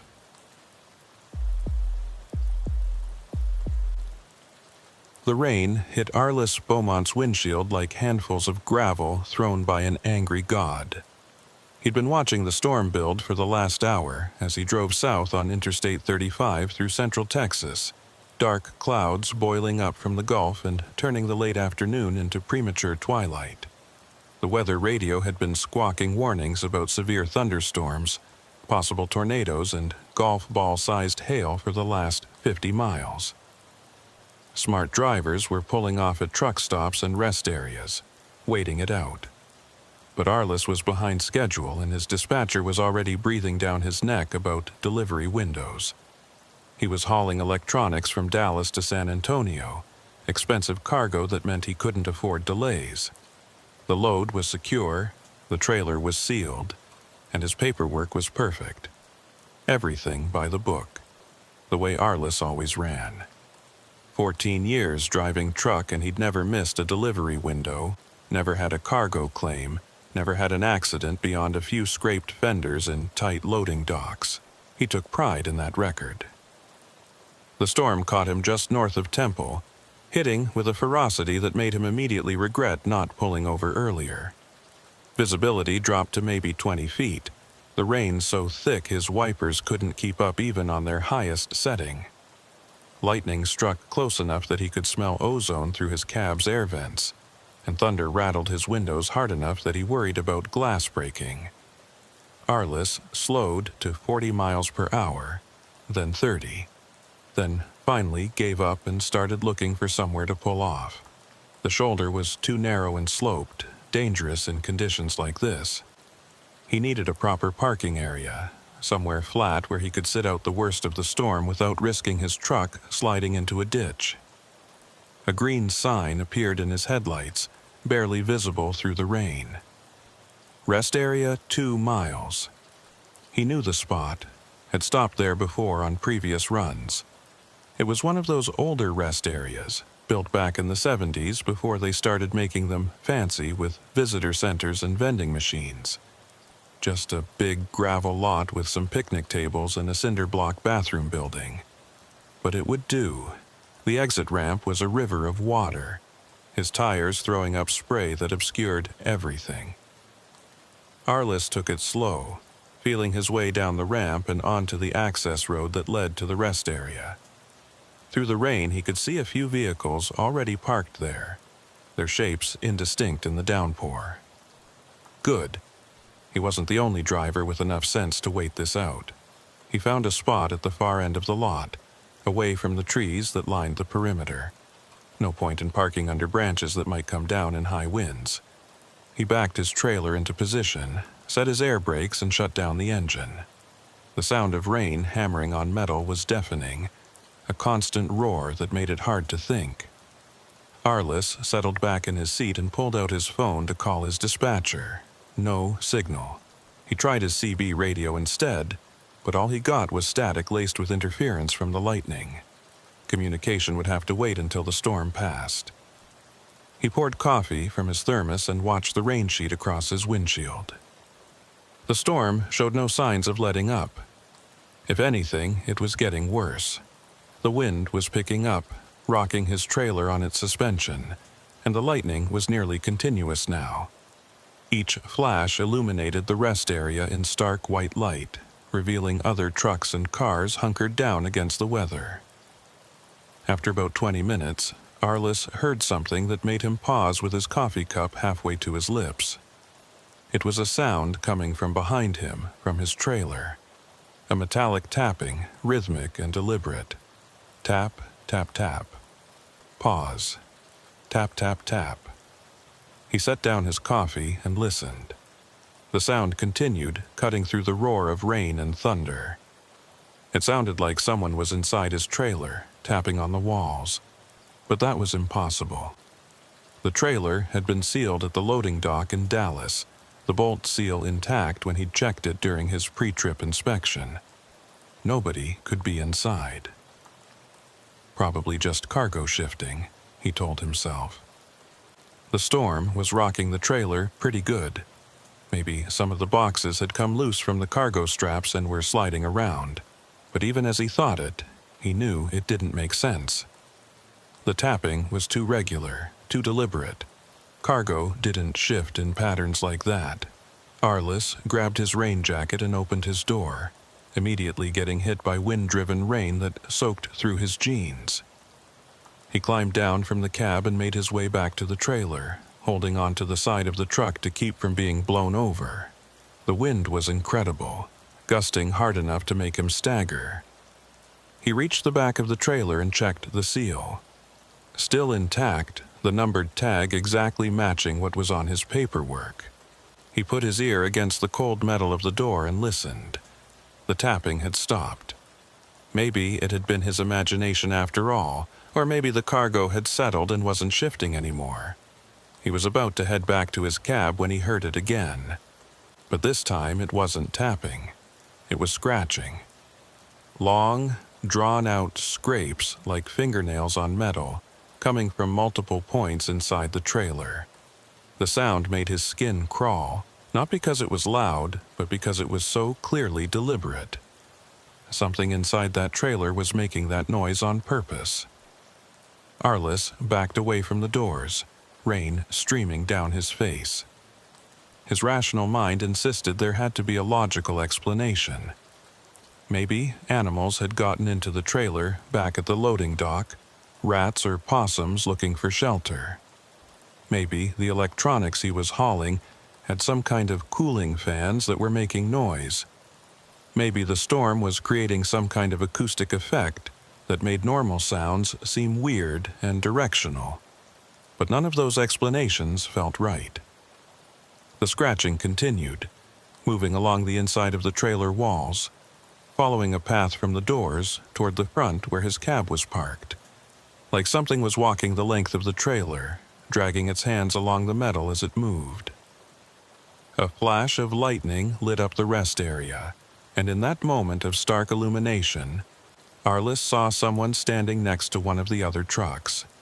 A woman looking directly at him.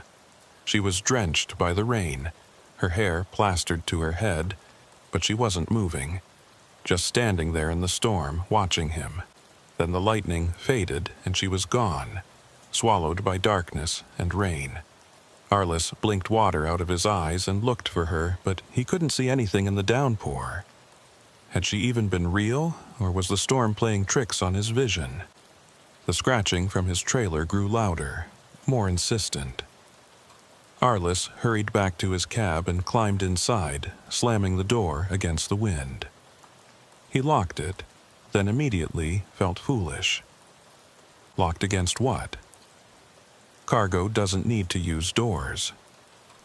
He grabbed his logbook and checked the time. 5:47 p.m. He'd been parked here for maybe half an hour.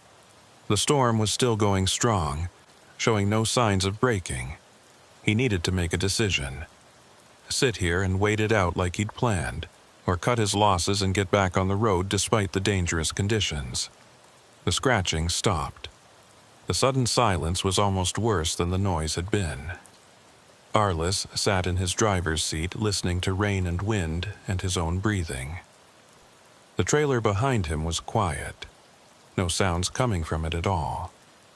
Maybe whatever had been making the noise had stopped. Maybe the cargo had settled. Maybe everything was fine. Then his CB radio crackled to life, not with static this time, but with a voice. A woman's voice, clear despite the interference from the storm. "Driver in the white Freightliner, you need to check your cargo. Something's not right in that trailer." Arliss grabbed his handset. "Who is this? How do you know what I'm hauling?" "I can see your truck from here," the voice responded. "And I can hear the sounds coming from your trailer. You're not the only one. My trailer's making noise too. So are at least 2 others in this lot. Something's wrong with all of us." Arliss looked out at the rest area, trying to spot which truck the voice was coming from. There were maybe 8 or 9 commercial vehicles parked in the lot, their shapes barely visible through the rain. "Where are you parked?" 2 rows over, Blue Kenworth. Name's Nedra Chilton. Been driving 15 years and I've never heard anything like this before. The noises could just be cargo shifting, Arliss said, but he didn't believe it any more than she probably did. "Does your cargo usually scratch at the walls?" Nedra asked. "Does it tap in patterns? Because mine's doing both, and it started right after we got hit by that first lightning strike." Arliss thought back. She was right. The tapping had started maybe 5 minutes after he'd parked, right around the time that lightning had struck close enough to make his hair stand up. Could there be a connection? Some kind of electrical effect from the storm? "What are you hauling?" he asked. "Auto parts," Nedra said. "All metal, nothing that should be making noise. What about you?" "Electronics. Computer equipment mostly, all sealed in boxes. So, nothing alive, nothing that could be moving around on its own." "Nothing," Arliss confirmed. "But I'm hearing it anyway, scratching, like something's trying to get out." There was a pause on the CB. Then Nedra's voice came back, quieter now. "Or trying to get our attention. Make us open the trailers." That thought sent a chill down Arliss's spine. Why would anything want us to open our trailers? "I don't know," Nedra said. "But I'm not opening mine until this storm clears and I can see what I'm dealing with. You shouldn't either. Whatever's making those sounds, it can wait until morning." Arliss agreed with her logic, but sitting here listening to mysterious noises all night didn't appeal to him either. "Maybe we should call the police, let them check it out." "And tell them what?" Nedra asked. that we're hearing sounds from our sealed trailers during a thunderstorm. They'll think we're crazy or wasting their time. Plus, look outside. No cop is responding to a call about weird noises in weather like this. We're on our own until the storm breaks." She was right, of course. Emergency services would be overwhelmed right now dealing with actual emergencies, not phantom sounds in truck trailers. Arliss and Nedra and whoever else was hearing these noises would have to wait it out. "Keep your doors locked," Nedra said over the CB.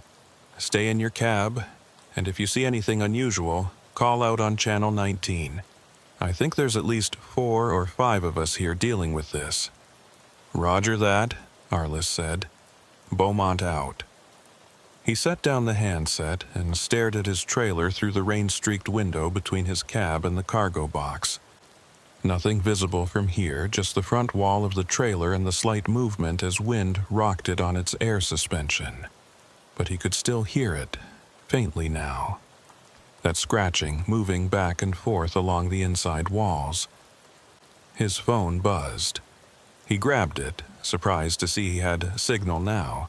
A text message from an unknown number. He opened it and felt his stomach drop.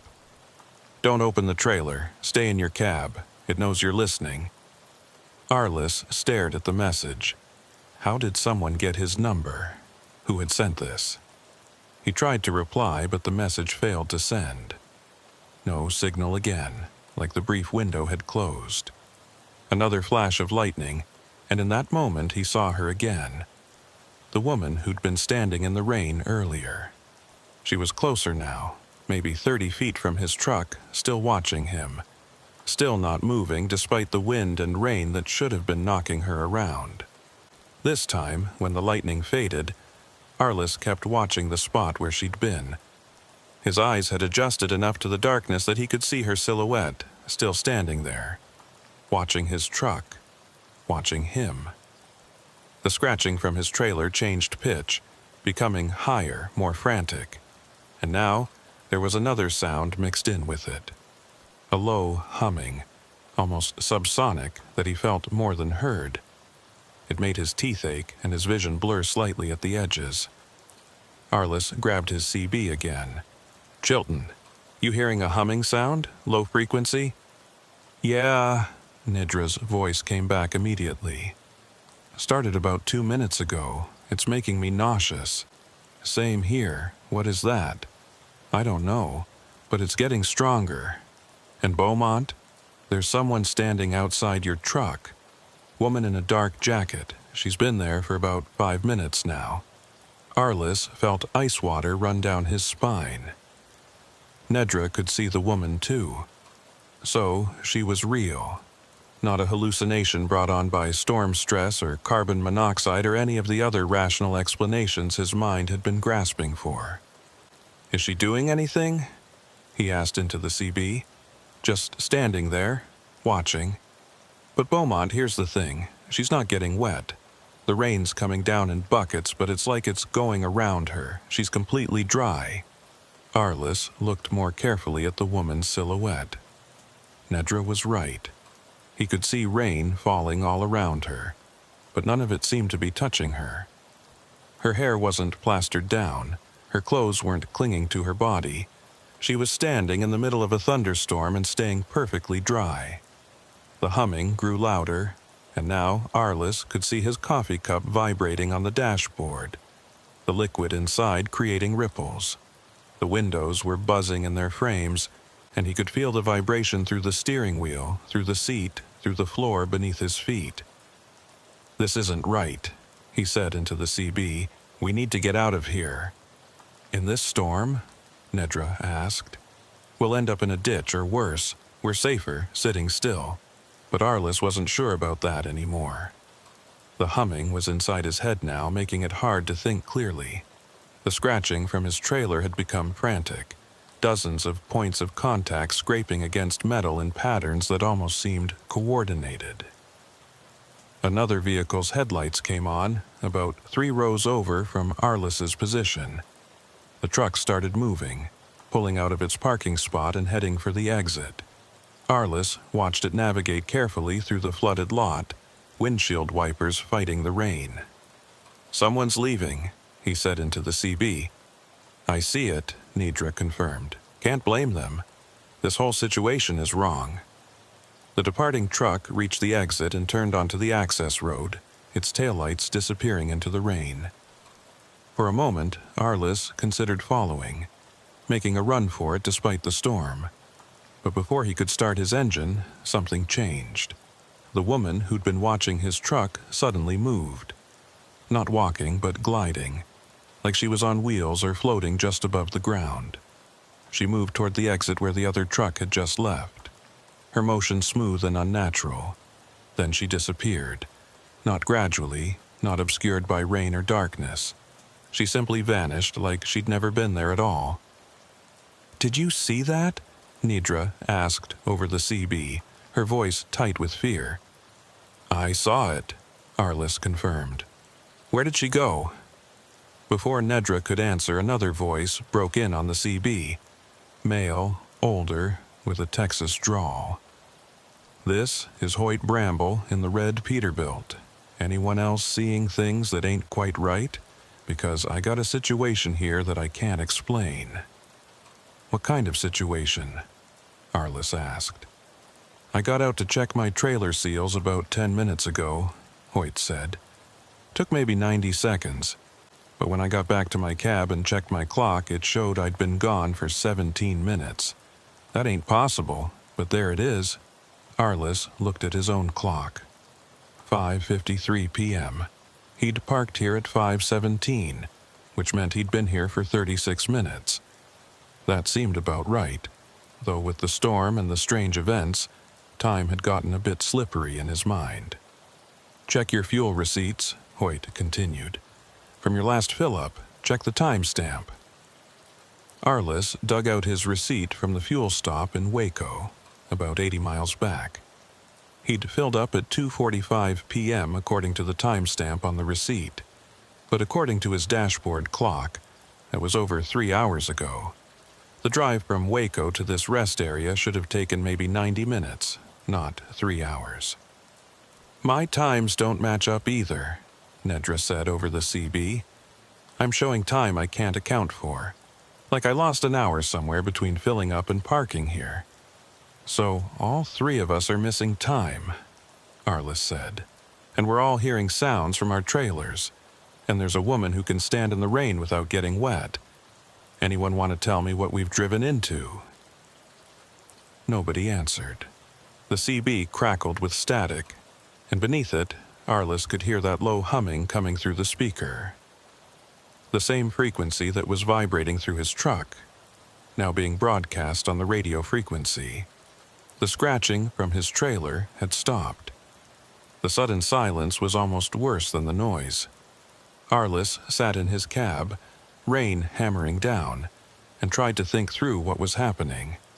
Time distortions, impossible sounds from sealed trailers, figures that defied physics, all of it centered on this rest area during this storm. There had to be a rational explanation. There always was. Electromagnetic interference from the lightning could cause equipment malfunctions, timestamps to be wrong, radios to pick up strange signals. Stress and fatigue could cause drivers to misperceive things, see patterns that weren't really there. The sounds from the trailers could be thermal expansion of metal as temperature dropped with the storm, creating noises that only seemed deliberate. But even as Arliss ran through these explanations, part of him knew they weren't enough. This was something else. Something that didn't fit into the comfortable boxes of rational explanation. His phone buzzed again. Another text from that unknown number. "The storm is a doorway. Some things use it to cross over. Stay in your cab. Don't let them make you open the trailer." Arliss tried to reply, demanding to know who was sending these messages, but again the text failed to send. He had signal for receiving but not for sending. Or maybe whoever was on the other end could reach him, but he couldn't reach them. The humming stopped. The sudden absence of that subsonic vibration left Arliss feeling disoriented, like his inner ear hadn't gotten the message that the sound was gone. He shook his head, trying to clear it, and looked out at the rest area. The rain was starting to let up slightly, the downpour easing into merely heavy rain instead of the apocalyptic deluge it had been. Through the lessening precipitation, Arliss could see the other trucks parked in the lot more clearly now. Maybe a dozen vehicles total, all of them dark and silent. Except one. 3 rows over, a truck's trailer doors were standing open. The cargo area was lit from within by a sickly yellow-green light that pulsed like a heartbeat. And in that light, Arliss could see movement.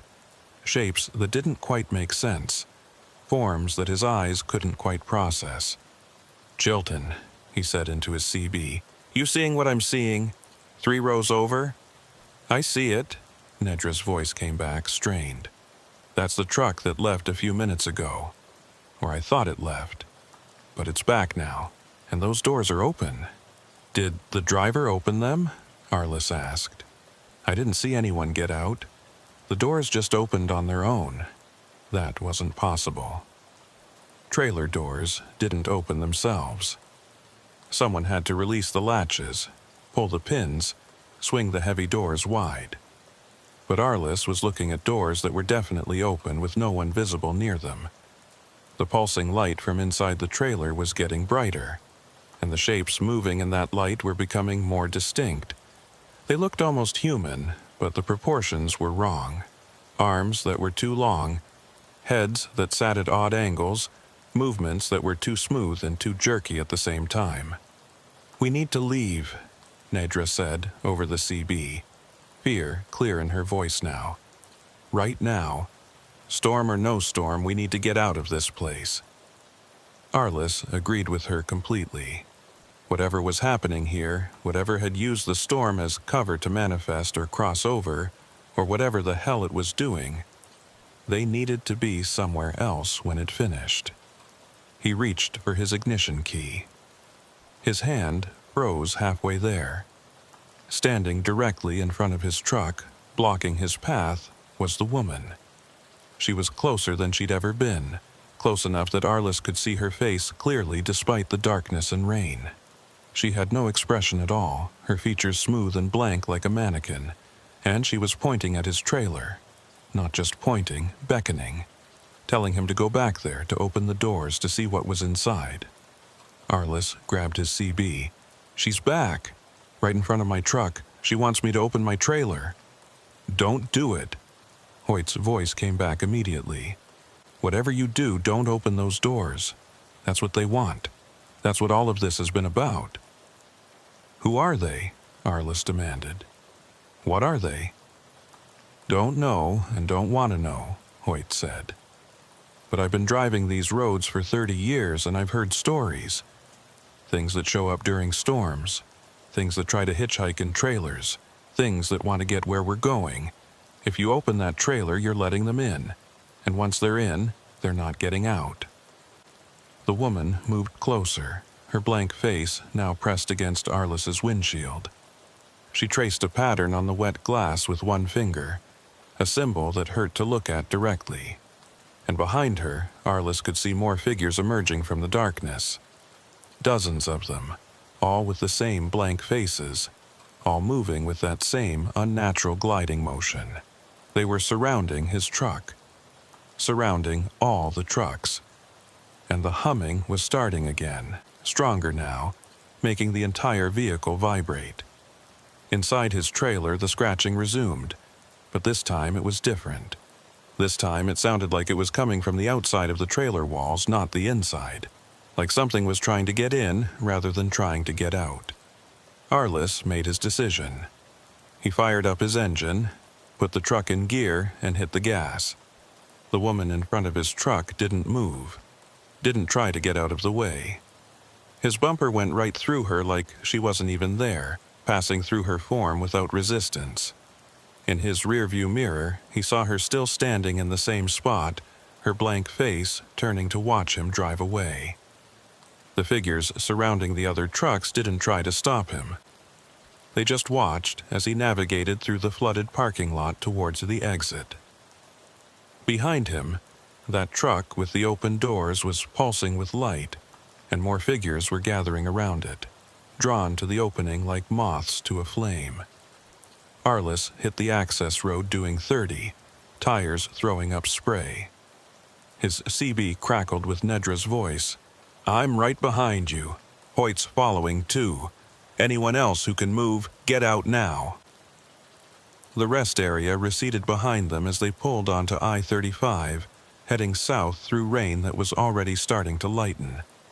Arliss's heart was pounding, his hands shaking on the wheel. Behind him, his trailer was silent now. No scratching, no humming, just the normal sound of cargo riding on air suspension.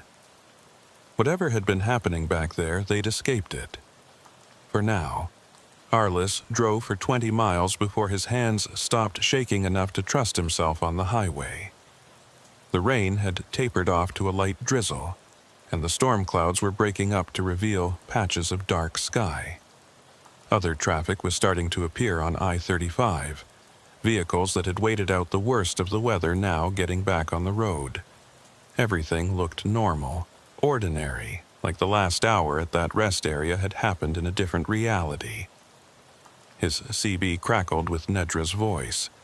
"Beaumont, you still with us?" "I'm here," Arliss said, checking his mirrors to confirm the blue Kenworth was still behind him. "Hoyt?" "Right behind Chilton," the older driver confirmed. "We need to talk about what just happened back there. Pull off at the next truck stop and let's compare notes." Arliss saw a sign for a Flying J at the next exit, 5 miles ahead. "I'll meet you at the fuel islands. Give me a chance to check my trailer seals, make sure everything's still locked down." The truck stop was busy with drivers who'd sheltered from the storm, but Arliss found a spot at the diesel pumps and pulled in. Nedra parked next to him, and Hoyt pulled up on the other side. All 3 drivers climbed down from their cabs, looking shaken and exhausted despite only having driven a short distance. Nedra Chilton was a woman in her late 40s with gray streaks in her dark hair and the weathered look of someone who'd spent years behind a wheel. Hoyt Bramble was older, probably in his 60s, with a salt and pepper beard and eyes that had seen a lot of highway. They gathered near Arliss's trailer, and he could see both of them were as rattled as he felt. "First things first," Hoyt said. "Let's check those seals. Make sure they're still intact." Arliss walked to the back of his trailer. The bolt seal was still there, the numbered tag matching his paperwork exactly. No sign of tampering, no indication the doors had been opened. He checked the latches and pins, all secure. Whatever had been happening inside that trailer, it hadn't involved physical entry. Nedra and Hoyt checked their own trailers and reported the same results. Seals intact, doors secure, no visible signs that anything was wrong. But all 3 of them had heard those sounds. All 3 had felt that humming. All 3 had seen things at that rest area that shouldn't have been possible. "We need to report this," Nedra said. "Call the highway patrol. Tell them about that rest area. Other drivers are going to stop there." "And tell them what?" Hoyt asked. "That we saw ghosts? That our trailers were making impossible sounds? They'll think we're crazy." "They'll think we're crazy until someone else experiences it," Arliss said. "But we should report it anyway, at least get it on record." He pulled out his phone and dialed the Texas Highway Patrol non-emergency number. After a few minutes of being transferred between departments, he got someone who took his report seriously enough to write it down. "We'll send a unit to check out the rest area," the dispatcher said. "But I have to tell you, we've had 3 other reports tonight about that location. Drivers seeing things, hearing sounds, experiencing equipment malfunctions. Whatever's going on there, you're not the first to notice it." Arliss thanked her and hung up. 3 other reports. We're not the only ones. "That storm," Hoyt said. "It wasn't natural. Or Maybe it was natural, but something used it as cover. I've heard stories about things that show up during severe weather. Things that exist in the electrical discharge, in the electromagnetic fields, in the spaces between lightning strikes. That sounds like science fiction, Nedra said. Maybe, Hoyt agreed. But I've been driving these roads for 30 years, and I've seen things that don't fit into normal boxes. Weather phenomena that shouldn't exist. Places where your GPS goes haywire. Stretches of highway where time doesn't work right. Most drivers just write it off as equipment failure or fatigue, but sometimes it's more than that. Arliss thought about the text messages he'd received, the warnings from an unknown number. He pulled out his phone and checked his message history. The texts were still there, but when he tried to reply again, the messages bounced back as undeliverable, like the number didn't exist or couldn't receive incoming texts. I got messages, he said, showing them his phone. Warnings about not opening the trailer, about the storm being a doorway. Anyone else get something like this? Nedra checked her phone and shook her head. Nothing, but my phone was acting weird all during the storm. Losing signal, gaining signal, timestamps jumping around. Mine too, Hoyt confirmed. Lost about 40 minutes somewhere between Waco and that rest area. My GPS tracking shows me on the highway the whole time, but I can't account for where those minutes went. They stood there in the fluorescent lighting of the truck stop, trying to make sense of impossible events. Around them, other drivers were fueling up, checking their rigs, going about normal business. Nobody else looked disturbed or frightened. Just 3 drivers who'd experienced something that probably dozens of other people had never noticed. We should check our cargo, Arliss said. Actually, open the trailers and verify everything's still there and undamaged. If something was happening inside those trailers, we need to know. Nedra looked uncertain. After what happened at the rest area? After those things were trying to make us open our trailers? You want to actually do it? We're at a well-lit truck stop with dozens of other people around, Arliss pointed out. If something's wrong with our cargo, we need to know before we make our deliveries. Better to find out here than at the receiving dock. Hoyt nodded agreement. He's right. Plus, I'm not going another mile without knowing what's in my trailer. Been driving all night wondering if I'm hauling auto parts or something else entirely. They broke the seals on their trailers one at a time, Arliss going first. He pulled the pins, released the latches, and swung open the heavy doors. Inside, his cargo was exactly what it should be. Pallets of boxed electronics all properly secured with cargo straps, load bars in place, everything by the book. He climbed up into the trailer and walked through it, checking behind the cargo stacks, looking for any sign of disturbance or damage, or anything that shouldn't be there. Nothing. Just cargo and empty trailer space and the normal smell of cardboard and packing materials. He climbed down and gave Nedra and Hoyt a thumbs up.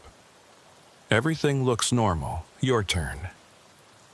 Nedra's trailer held auto parts as she'd said, all properly packed and secured. Hoyt's was the same. Construction materials that matched his manifest exactly. 3 normal loads in 3 normal trailers. No sign of anything that could have made those sounds. No indication that anything unusual had happened. So what were we hearing? Nedra asked. If there's nothing in the trailers, where did those sounds come from? Maybe it wasn't about what was in the trailers, Hoyt said slowly. Maybe it was about what was trying to get in. Those things at the rest area, they wanted us to open the doors. Not to let something out, but to let them in. Arliss felt a chill despite the warm night air. You mean they wanted to hitchhike? Something like that, Hoyt said. I've heard stories from old-timers who drove in the 60s and 70s. Back then, before all the GPS tracking and satellite communications, drivers would sometimes pick up passengers they couldn't explain. People who'd be in the sleeper berth one minute and gone the next. figures that would show up in their mirrors but disappear when they looked directly. Most of them figured it was exhaustion or carbon monoxide, but a few swore they were hauling things that weren't quite human. "That's just urban legends," Nedra said, but she didn't sound convinced. "Maybe," Hoyt agreed, "but urban legends come from somewhere. And after what we just experienced, I'm less skeptical than I used to be." They sealed their trailers back up with new locks provided by the truck stop, documenting the seal numbers for their paperwork. Arliss felt better knowing his cargo was intact, but the mystery of the sounds remained unsolved. He'd heard them. They all had. Scratching, tapping, that low-frequency hum. If nothing in the trailers had made those sounds, then what had? They grabbed coffee at the truck stop restaurant and compared their routes. Nedra was heading to Houston, Hoyt to Austin, Arliss to San Antonio. All different destinations, but all of them on I-35 South. The same highway, at least for the next 100 miles. "I say we convoy," Hoyt suggested. "Stay together until we split off to our different destinations. Safety in numbers, and if anything else strange happens, at least we'll have witnesses." Arliss and Nedra agreed. They finished their coffee, topped off their fuel tanks, and got back on the highway just after 8 p.m. The storm had passed completely now, leaving behind clear skies and a nearly full moon that lit up the landscape. Traffic was moderate, a steady stream of vehicles moving south. For the first 50 miles, everything was normal. Arliss kept his speed at 65, Nedra running parallel in the left lane, Hoyt bringing up the rear about a quarter-mile back. The CB was quiet except for occasional chatter from other drivers, traffic reports and weather updates, and the normal discourse of life on the road. Then, at mile marker 215, Arliss's dashboard clock did something impossible. He glanced at it and saw 8:47 p.m. He looked back at the road, checked his mirrors, looked at the clock again. Now it read 8:51 p.m. 4 minutes had passed in what felt like seconds. He grabbed his CB. "Chilton, Bramble, check your clocks. Tell me what time you're showing." 8:51, Nedra responded immediately. "Same here," Hoyt confirmed. "Why?" "My clock just jumped forward 4 minutes," Arliss said. "Like I lost time but didn't notice." There was silence on the CB for a moment. Then Nedra said, "My fuel gauge just dropped 1/8 of a tank. That's not right. I filled up completely at the truck stop." "Mine too," Hoyt added. "Lost about the same amount. And my odometer is showing 3 miles more than the last marker I passed." They were losing time and fuel, gaining miles that didn't exist on the highway. The same phenomena they'd experienced at the rest area, now happening while they were moving. Arliss felt his pulse quicken. Whatever had been at that rest area, it hadn't stayed there. It was following them. "We need to check our trailers," Arliss said. "Pull off at the next exit and check the seals." "Last time we pulled off, things got bad," Nedra pointed out. "Maybe we should keep moving, get to a populated area before we stop." But the decision was made for them. Ahead, in the darkness, Arliss could see lights. Not headlights from oncoming traffic, but stationary lights alongside the highway. As they got closer, he realized it was another rest area, and it looked exactly like the one they'd fled from an hour ago. Same layout, same buildings, same gravel parking lot. "That's impossible," Nedra said over the CB. "We're 100 miles from that rest area. How can it be here?" "It's not the same one," Hoyt said. "It's another one. Or maybe it's the same one following us. I don't know anymore." The rest area signs were lit up, directing traffic to take the exit. But Arliss had no intention of stopping there. He kept his speed steady, preparing to drive right past it. Nedra and Hoyt did the same, all 3 trucks maintaining formation as they approached the exit. Then Arliss's trailer started making that sound again. The scratching, the tapping, the low-frequency hum that made his teeth ache. And in his rearview mirror, he could see figures standing at the rest area entrance. Dozens of them, all with those blank faces, all watching his convoy pass. "They're there," he said into the CB. "The same things from before. They're at this rest area too." "I see them," Nedra confirmed. "How are they following us? How are they everywhere?" "They're not following us," Hoyt said, his voice grim. "We're following them, or we're still in their territory. Maybe we never left." Arliss didn't want to believe that, but he couldn't shake the feeling that Hoyt might be right. The time distortions, the fuel loss, the repeating rest areas. Maybe they hadn't escaped at all. Maybe they'd driven deeper into whatever phenomenon had manifested during the storm. Mile marker 220 passed, then 225. Each marker seemed to take longer to reach than it should, like distance was stretching. Arliss checked his GPS and saw something that made his blood run cold. According to the satellite view, he was on I-35. But the route line was flickering, jumping back and forth between two slightly different paths, like there were two versions of the highway occupying the same space. "GPS is glitching," he reported over the CB, "showing me in two places at once." "Mine's doing the same thing," Nedra said. "And I'm picking up a weird signal on my CB. Channel 7, listen to this." She switched frequencies and Arliss followed suit. On Channel 7, beneath the static, he could hear voices. Not the flat monotone from before, but actual human voices. Drivers calling for help, reporting their locations, asking for guidance. And all of them sounded terrified. "This is Beaumont southbound on I-35, Arliss transmitted on Channel 7. "To anyone receiving, what's your situation?" A voice came back immediately, a woman who sounded close to panic. "I can't get off the highway. Every exit I take leads back to I-35. I've been driving for 3 hours, and I keep passing the same landmarks. Please, someone help me figure out what's happening." Another voice, male and older. "My trailer doors opened while I was driving. I stopped to close them and saw things inside that shouldn't be there. Things that weren't there when I loaded. I'm too scared to stop again."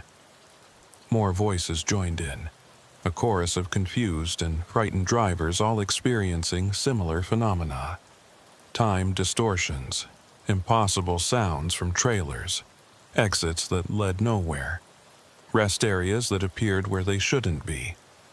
And all of them were on I-35, all heading south, all caught in the same trap.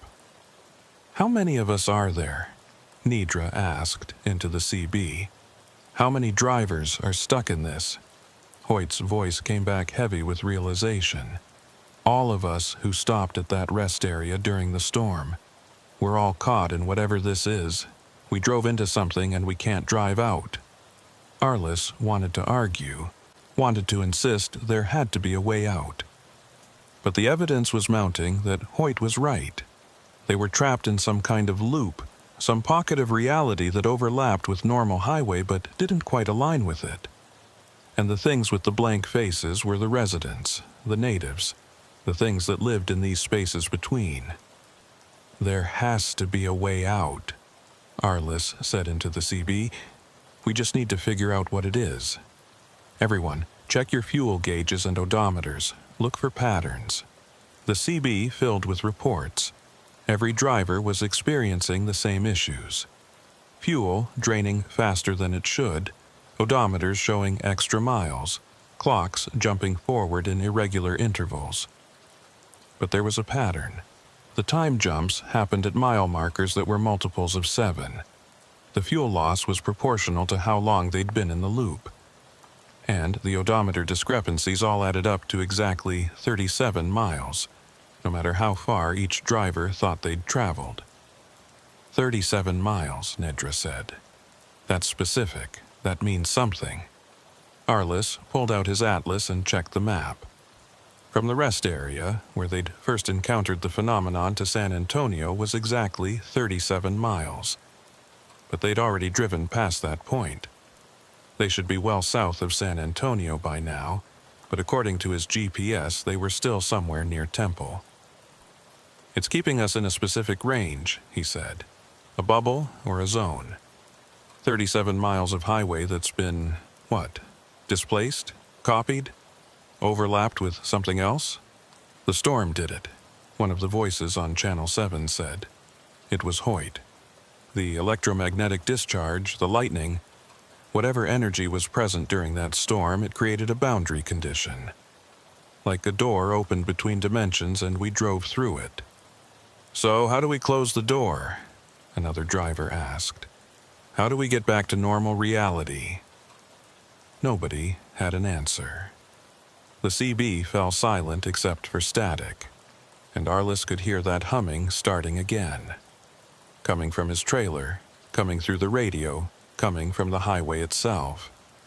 The sound was building, growing stronger, and with it came that sense of wrongness, of reality bending in ways it shouldn't. Mile marker 230 appeared ahead. According to Arliss's earlier calculations, this should be the edge of the 37-mile zone.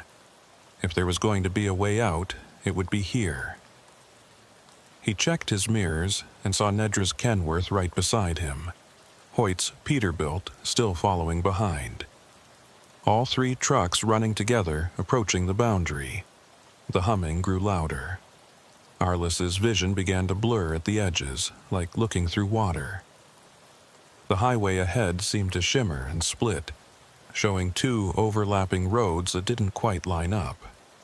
One was the normal I-35, with proper lane markings and mile markers and the usual highway infrastructure. The other was darker, older looking, with markings that seemed wrong somehow. "You seeing this?" Nedra asked over the CB, her voice tight with stress. "I see it," Arliss confirmed. "Two roads. We need to pick the right one." But how could they tell which road was the correct one? The normal-looking highway could be a trap, bait to keep them in the loop. The darker road could be the way out, or it could lead somewhere worse. They had seconds to decide before the split became permanent. Then Arliss remembered the text messages, the warnings from the unknown number. He grabbed his phone and checked the message history. A new message had appeared, time-stamped impossibly in the future. "Follow the darker path. Reality is on the other side. Trust the wrongness." It went against every instinct he had. The dark road looked dangerous, threatening, like something from a nightmare. But the message had been right before. It had warned him not to open his trailer, to stay in his cab, to recognize the threat. Maybe it was right again. "I'm taking the dark road," Arliss said into the CB. "Following me is your choice, but I think that's the way out." He didn't wait for responses. He cranked his wheel to the right, feeling his trailer swing wide as he committed to the darker path. The transition was instantaneous and jarring. One moment he was on what looked like normal pavement. The next, he was driving on something that felt older, rougher, less solid somehow. Behind him, Nedra and Hoyt followed, and as they committed to the dark path, the normal-looking highway vanished. It simply ceased to exist, leaving only the darker road stretching ahead into midnight. The humming stopped. The scratching from the trailers stopped, and the oppressive sense of wrongness lifted, replaced by something that felt clean and cold and real. Arliss checked his GPS. It showed him on I-35, but now there was only one route line. No flickering, no dual paths, just a single highway. Mile marker 231 appeared ahead, then 232. The numbers were advancing normally now, one marker per mile, no strange jumps or distortions. "I think we're out," Nedra said over the CB, her voice shaking with relief. "I think we made it. Check your fuel gauges. Hoyt said. "Check your clocks." Arliss looked at his dashboard. The clock read 9:03 p.m., which seemed about right for the distance they'd covered. His fuel gauge showed he'd burned about what he should have for the miles driven. His odometer was tracking properly with the mile markers. Everything was normal. They'd escaped the loop, driven out of whatever pocket reality they'd been trapped in. The dark road had been the correct choice, but even as relief washed over him, Arliss couldn't shake the feeling that they'd gotten lucky. That most drivers probably chose the normal-looking highway, staying trapped in the loop forever. That somewhere in that overlapped space, there were dozens or hundreds of trucks still driving, still passing the same mile markers, still hearing sounds from their trailers as things tried to get in.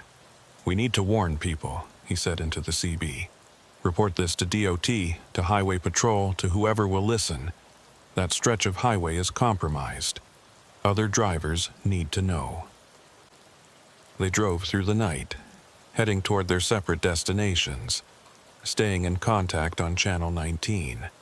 And Arliss made call after call, reporting what they'd experienced, trying to get someone to take it seriously. Most dispatchers were polite but skeptical. A few promised to send units to investigate. One told him that they'd received similar reports but had found nothing unusual at the locations described. How could they find something that only existed in certain conditions, during certain weather patterns, in spaces between normal reality? The phenomenon wasn't always there.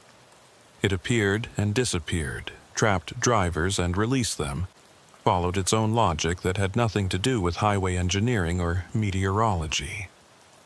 Arliss delivered his load in San Antonio just after midnight, on time despite the delays and detours. He called his dispatcher to report the successful delivery, and after some hesitation, he told her about the rest area incident. She listened without interrupting, then was quiet for a long moment. "You're not the first driver to report something like this," she finally said. "We've had 3 others this month alone, all on I-35, all during storms. Management doesn't want to make a big deal out of it because it sounds crazy. But between you and me, start avoiding that highway when weather looks bad. Take alternate routes. The company would rather have you late than have you vanish into whatever's going on out there." Arliss promised he would. He parked at a truck stop for his mandatory rest period, but sleep didn't come easy. Every time he closed his eyes, he saw those blank faces pressed against his windshield, heard that scratching from his trailer, felt that humming in his bones, and he kept thinking about the message on his phone. Trust the wrongness. Who had sent that? How had they known what was happening? Were there others out there who understood this phenomenon, who'd mapped it, who could see the boundaries between reality and whatever lay beyond? He needed to find out, because one thing was certain: he'd be driving I-35 again. He couldn't avoid it forever. And next time, he needed to be prepared. Needed to know what signs to watch for, what choices to make, how to navigate through spaces that shouldn't exist. The humming might have stopped for now, but Arliss had a feeling it was far from over. Arliss woke at 6 a.m. to his phone buzzing with a call from an unknown number. For a moment, he considered letting it go to voicemail, but something made him answer. The voice on the other end was female, middle-aged, speaking with the precise diction of someone who'd spent years on dispatch radios. "Mr. Beaumont, my name is Eola Fenwick. I'm a night dispatcher for Crossland Freight out of Oklahoma City. I understand you had an incident on I-35 last night. The kind of incident that doesn't make it into official reports." Arliss sat up in his sleeper berth, immediately alert. "How do you know about that?" "Because I've been tracking these incidents for 7 years, Iola said. "And because I was the one sending you those text messages. We need to talk, Mr. Beaumont. Somewhere private. Somewhere we can compare information without being overheard. Are you still in San Antonio? Yeah, Arliss said carefully, at a truck stop off I-10. There's a diner called Martha's about 3 miles from your location. Meet me there in an hour, come alone, and bring any documentation you have from last night.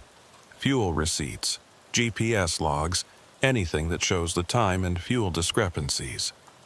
She hung up before Arliss could ask more questions. He sat there holding his phone, debating whether this was a good idea. Meeting a stranger who somehow had his phone number and had been monitoring his movements.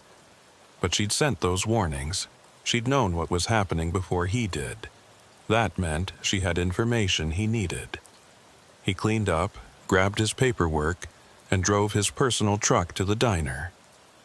Martha's was one of those old-style highway restaurants that had been serving truckers since the 50s, with a gravel parking lot and a neon sign that flickered in the early morning light. Only a few vehicles were parked outside this early. Inside, Iola Fenwick was waiting in a corner booth. She was in her early 50s with gray-streaked brown hair pulled back in a practical ponytail, wearing jeans and a flannel shirt that looked like they'd seen a lot of highway miles. Her eyes were sharp and assessing as Arliss slid into the booth across from her. "You escaped," she said, without preamble. "That's good. Most drivers don't, at least not on their first encounter. The fact that you chose the darker path shows good instinct." "How did you know to warn me?" Arliss asked. "How did you even know I was there?" Iola pulled out a laptop and opened it to show a map covered in colored markers. Red dots, blue lines, yellow zones, all overlaid on highway routes across Texas. "I monitor weather patterns, driver reports, GPS anomalies, anything that might indicate a manifestation. When that storm formed yesterday, I knew it had the right characteristics. Severe electrical activity, rapid pressure changes, specific wind patterns. The conditions were perfect for a boundary event." "A what?" "That's what I call them," Iola said. "Boundary events. Places where reality gets thin, where the normal rules stop applying. They usually form during extreme weather, in areas where there's already some kind of geographical anomaly. Underground water, magnetic deposits, intersection of ley lines if you believe in that sort of thing.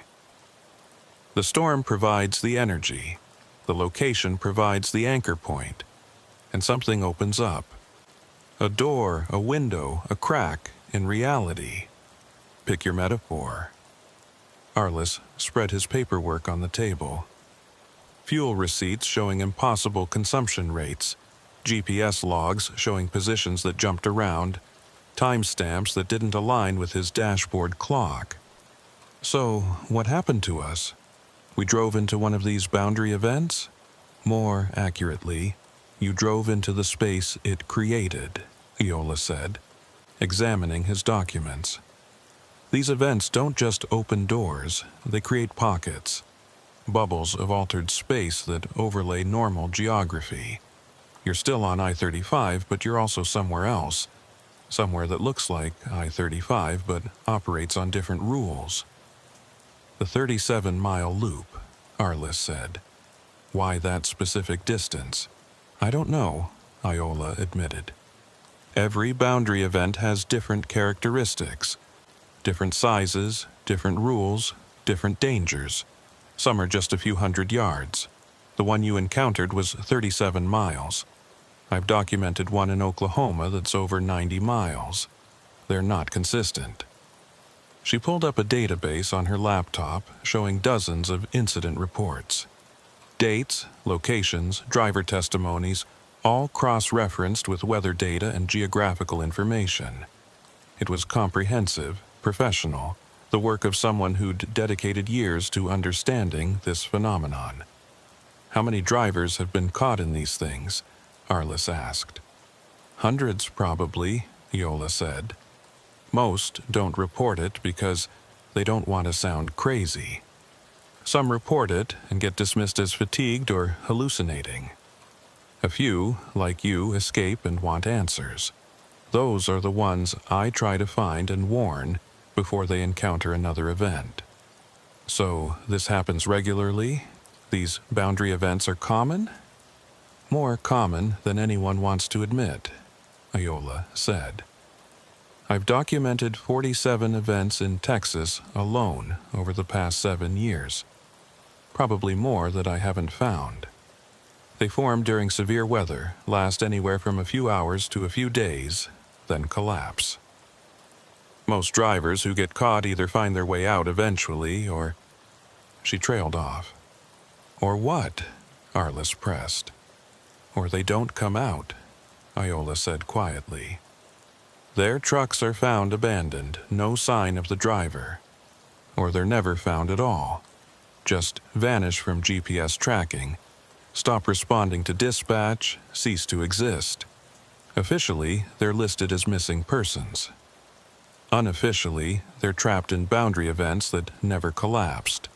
Or they went so deep into the altered space that they couldn't find their way back. Arliss thought about the voices he'd heard on Channel 7.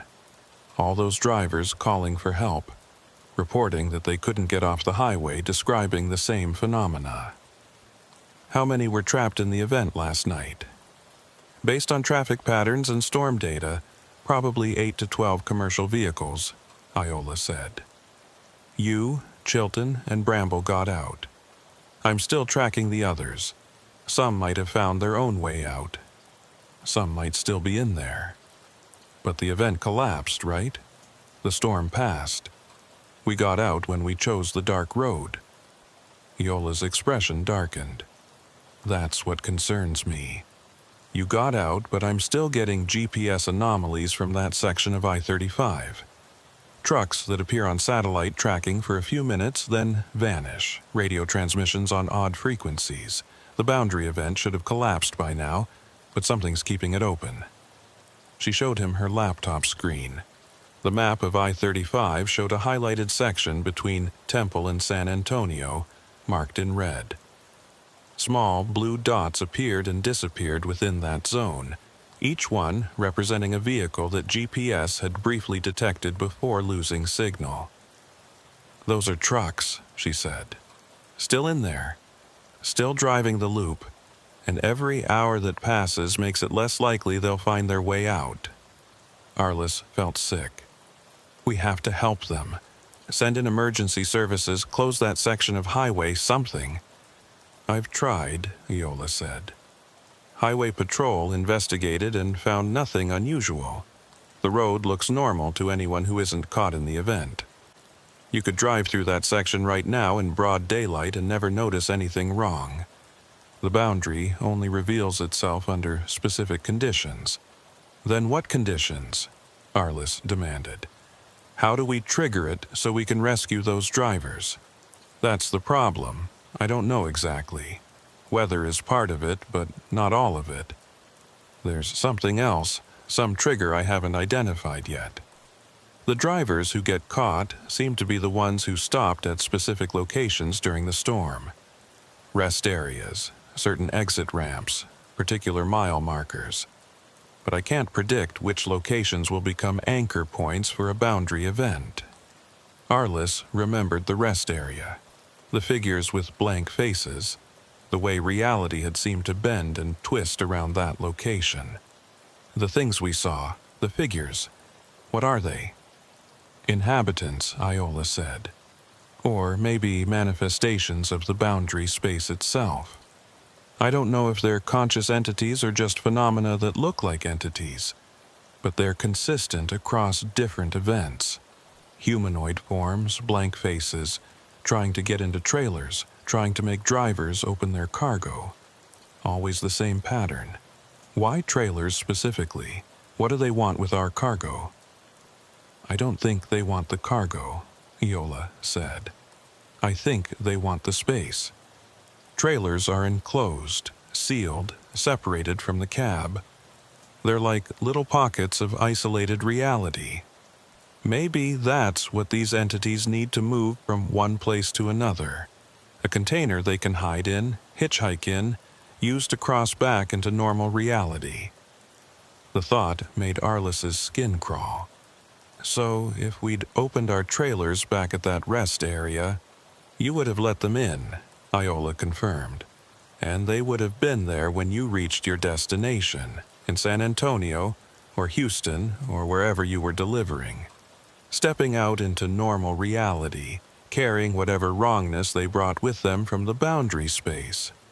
Jesus, Arliss muttered. So, every time a driver gets caught in one of these events and opens their trailer, they could be releasing something? Maybe, Iola said. Or maybe nothing happens and they just find their normal cargo. I don't have enough data. Most drivers who report these events don't open their trailers, either because they're smart enough not to, or because they escape before it becomes an issue. The ones who do open their trailers usually don't report what they find, if anything. A waitress came by with coffee, and they ordered breakfast, falling into silence while she was nearby. When she left, Arliss leaned forward and lowered his voice. "What do you want from me? Why bring me here to tell me all this?" "Because you survived," Iola said, "and because you made good decisions under pressure. You didn't open your trailer. You recognized the warning signs. You chose the correct path when the highway split. Those aren't common traits, Mr. Beaumont. Most drivers panic, or freeze, or make the wrong choice. You did everything right. So what? You want to recruit me? Make me part of your research project." "I want you to be prepared," Iola said, "because you'll encounter another boundary event. Maybe not tomorrow or next week, but eventually. These things have a way of finding drivers who've been through them before. Like you've been marked, flagged by the system, put on a list of people who know about the boundaries.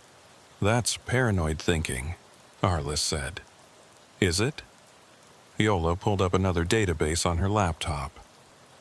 "I've been tracking drivers who've had boundary encounters. 63 individuals over 7 years. 41 of them had multiple encounters. 22 had 3 or more. The recurrence rate is 87%. Once you've been in a boundary event, you're statistically likely to encounter another one." The numbers were stark and disturbing. Arliss thought about his schedule, all the runs he had planned for the next month. How many of them would take him through areas where boundary events could form? "How do I avoid them?" he asked. "You can't completely," Iola said, "but you can minimize risk. Avoid driving during severe weather when possible. Monitor weather patterns and route around high-risk areas. Stay away from rest stops during electrical storms. And most importantly, if you start experiencing the warning signs, time jumps, fuel anomalies, strange sounds from your trailer, get off the highway immediately and wait it out in a populated area." Their breakfast arrived, and they ate in silence for a few minutes. Arliss was processing everything Iola had told him, trying to reconcile it with his understanding of how reality worked. Part of him still wanted to believe there were rational explanations for everything he'd experienced. Equipment malfunctions, weather effects, fatigue-induced hallucinations. But the evidence was too consistent, too well documented. Iola had been tracking this for 7 years. She had databases full of incidents, patterns that repeated across different events, testimonies from dozens of drivers who'd experienced similar phenomena. This wasn't mass hysteria or coincidence.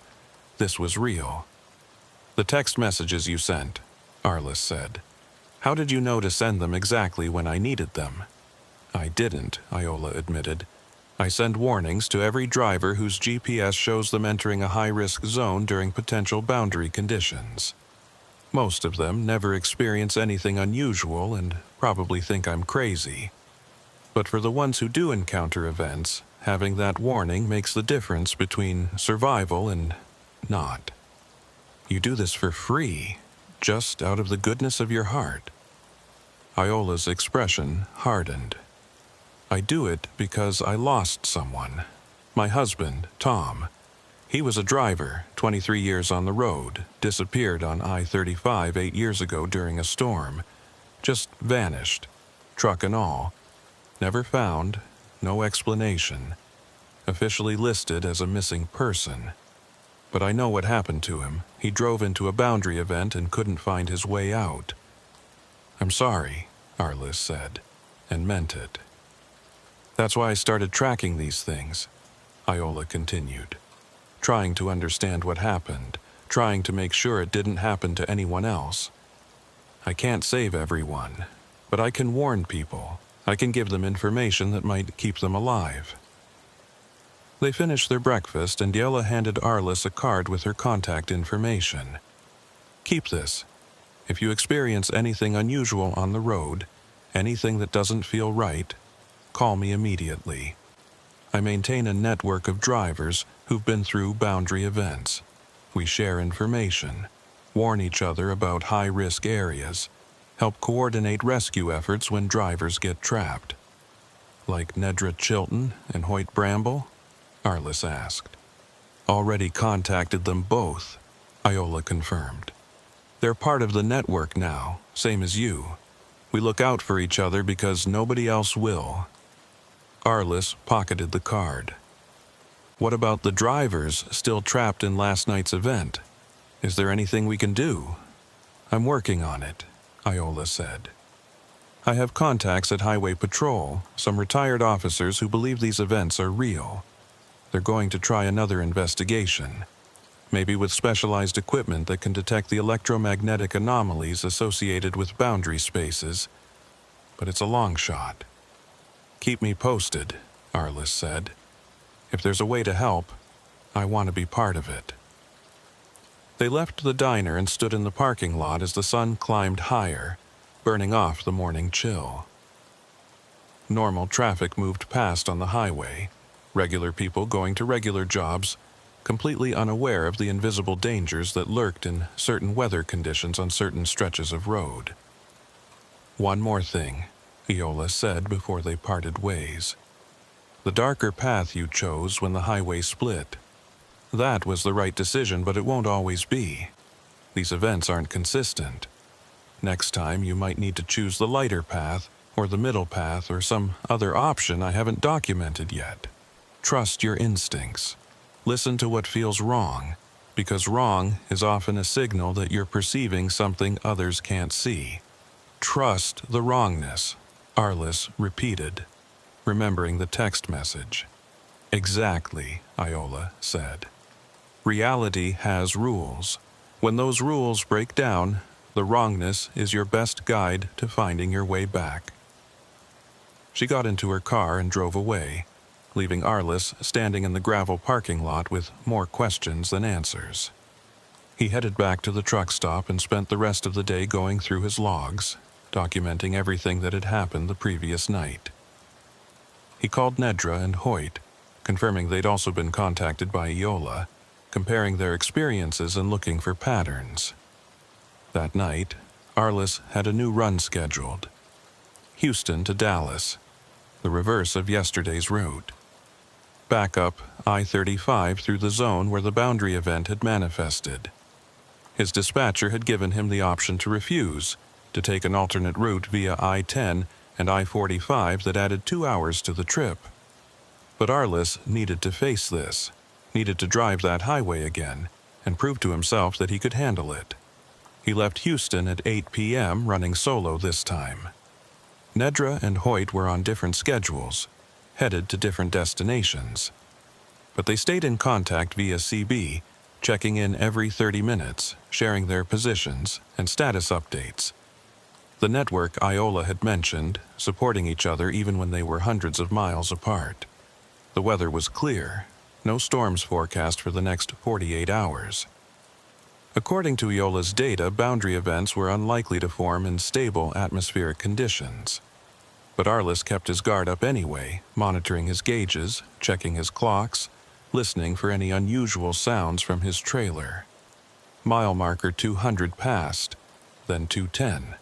He was approaching the zone now, the 37 miles where the boundary event had manifested. His phone showed he still had Iola's number, and he'd programmed it into speed dial just in case. His GPS was set to record his full route, documenting every mile for future reference. At mile marker 215, the place where his clock had first jumped, Arliss slowed down and paid careful attention to his instruments. Everything looked normal. Clock advancing 1 second at a time, fuel gauge dropping at the expected rate. Odometer tracking perfectly with mile markers. No anomalies, no warning signs, nothing to suggest reality was anything other than completely normal. He passed through the entire 37-mile zone without incident, reaching mile marker 252 with a sense of relief mixed with anticlimax. Whatever had been there last night was gone now, either collapsed or dormant, or waiting for the next set of conditions that would trigger its manifestation.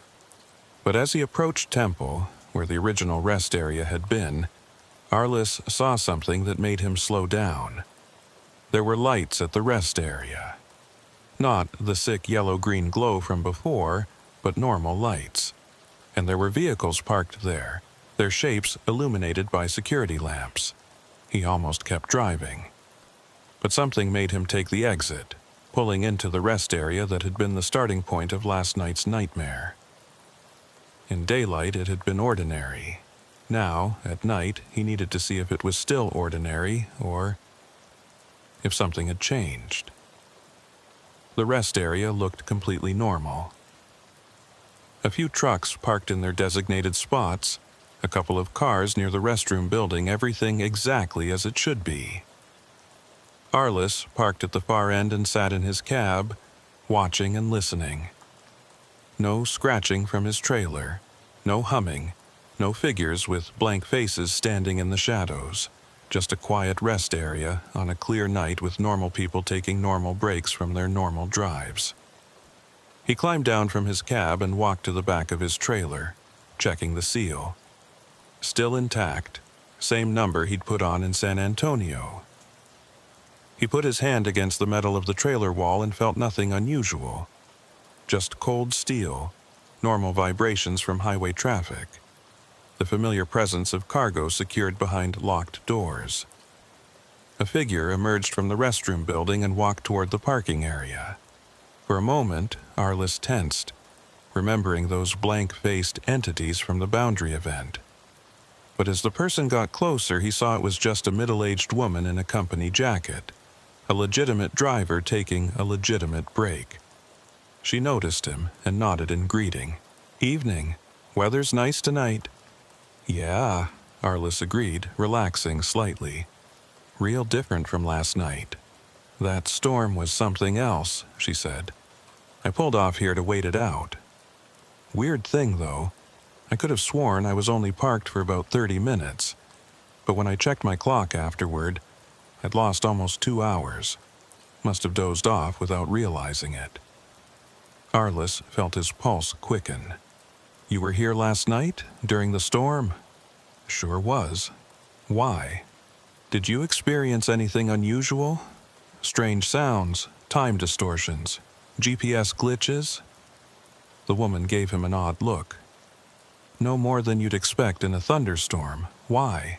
Did something happen?" Arliss studied her face, looking for any sign that she was hiding something or had experienced the Boundary event but was afraid to admit it. But she just looked confused by his questions, like she genuinely had no idea what he was talking about. "Nothing," Arliss said. "Just curious. Drive safe." He walked back to his truck, processing this new information. The woman had been at the rest area during the storm and had lost time, but she hadn't experienced the Boundary event itself, or at least she wasn't aware of it if she had. Maybe the event had only captured certain drivers, the ones who met some specific criteria. Or maybe she'd been on the periphery, affected by time distortions but not pulled fully into the altered space. Viola would want to know about this. Arliss pulled out his phone and sent her a text with the details. She responded within minutes. "Common pattern. Peripheral exposure. Driver experiences minor anomalies but no full Boundary encounter. Suggests the event had a core zone and outer layers with decreasing intensity. Good data." Arliss climbed back into his cab and continued north, leaving the rest area behind. He had a delivery to make in Dallas by morning, and despite everything that had happened, he was still a professional driver with a job to do. The boundary events were real and dangerous, but they weren't constant. Most of the time, the highways were just highways. Most of the time, reality worked the way it was supposed to. But now, Arliss knew the truth. Knew that under the right conditions, in the right places, reality could bend and break and create spaces where the normal rules didn't apply. Knew that there were things that lived in those spaces, or used them, or were created by them. Knew that some drivers never made it back from their encounters with these phenomena. And he knew he'd been lucky. Lucky to have received Iola's warnings. Lucky to have made the right decisions. Lucky to have escaped when dozens of others hadn't. The rest of the drive was uneventful. Arliss delivered his load on time, filed his paperwork, and took his mandatory rest period. But before he slept, he pulled up Iola's database on his phone, the one she'd given him access to after their meeting. He spent an hour reading through incident reports looking for patterns, trying to understand the logic behind these boundary events. The more he read, the more disturbed he became. The events were increasing in frequency. 7 years ago, when Iola started tracking them, she documented maybe 5 or 6 per year across all of Texas. Last year there had been 47. This year was on track to exceed 60. Something was changing. The boundaries between realities were getting thinner, the events were lasting longer, and more drivers were getting caught in them. Iola's database included projections based on the trend data, and they weren't encouraging. If the pattern continued, within 5 years boundary events might become common enough that every driver would encounter one eventually. Arliss closed the database and lay back in his sleeper berth, staring at the ceiling.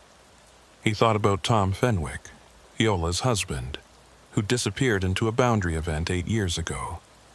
Thought about all the other drivers who were listed as missing, who'd vanished from GPS tracking, whose trucks were found abandoned with no sign of what had happened. Were they still out there somewhere? Still driving through altered spaces, trapped in loops, unable to find their way back to normal reality? Or had they found exits that led to places even worse than the boundary events themselves? These were questions Arliss didn't want to contemplate. But he knew he'd have to eventually. Because Iola was right. He'd encountered a boundary event once, which meant he'd encounter others.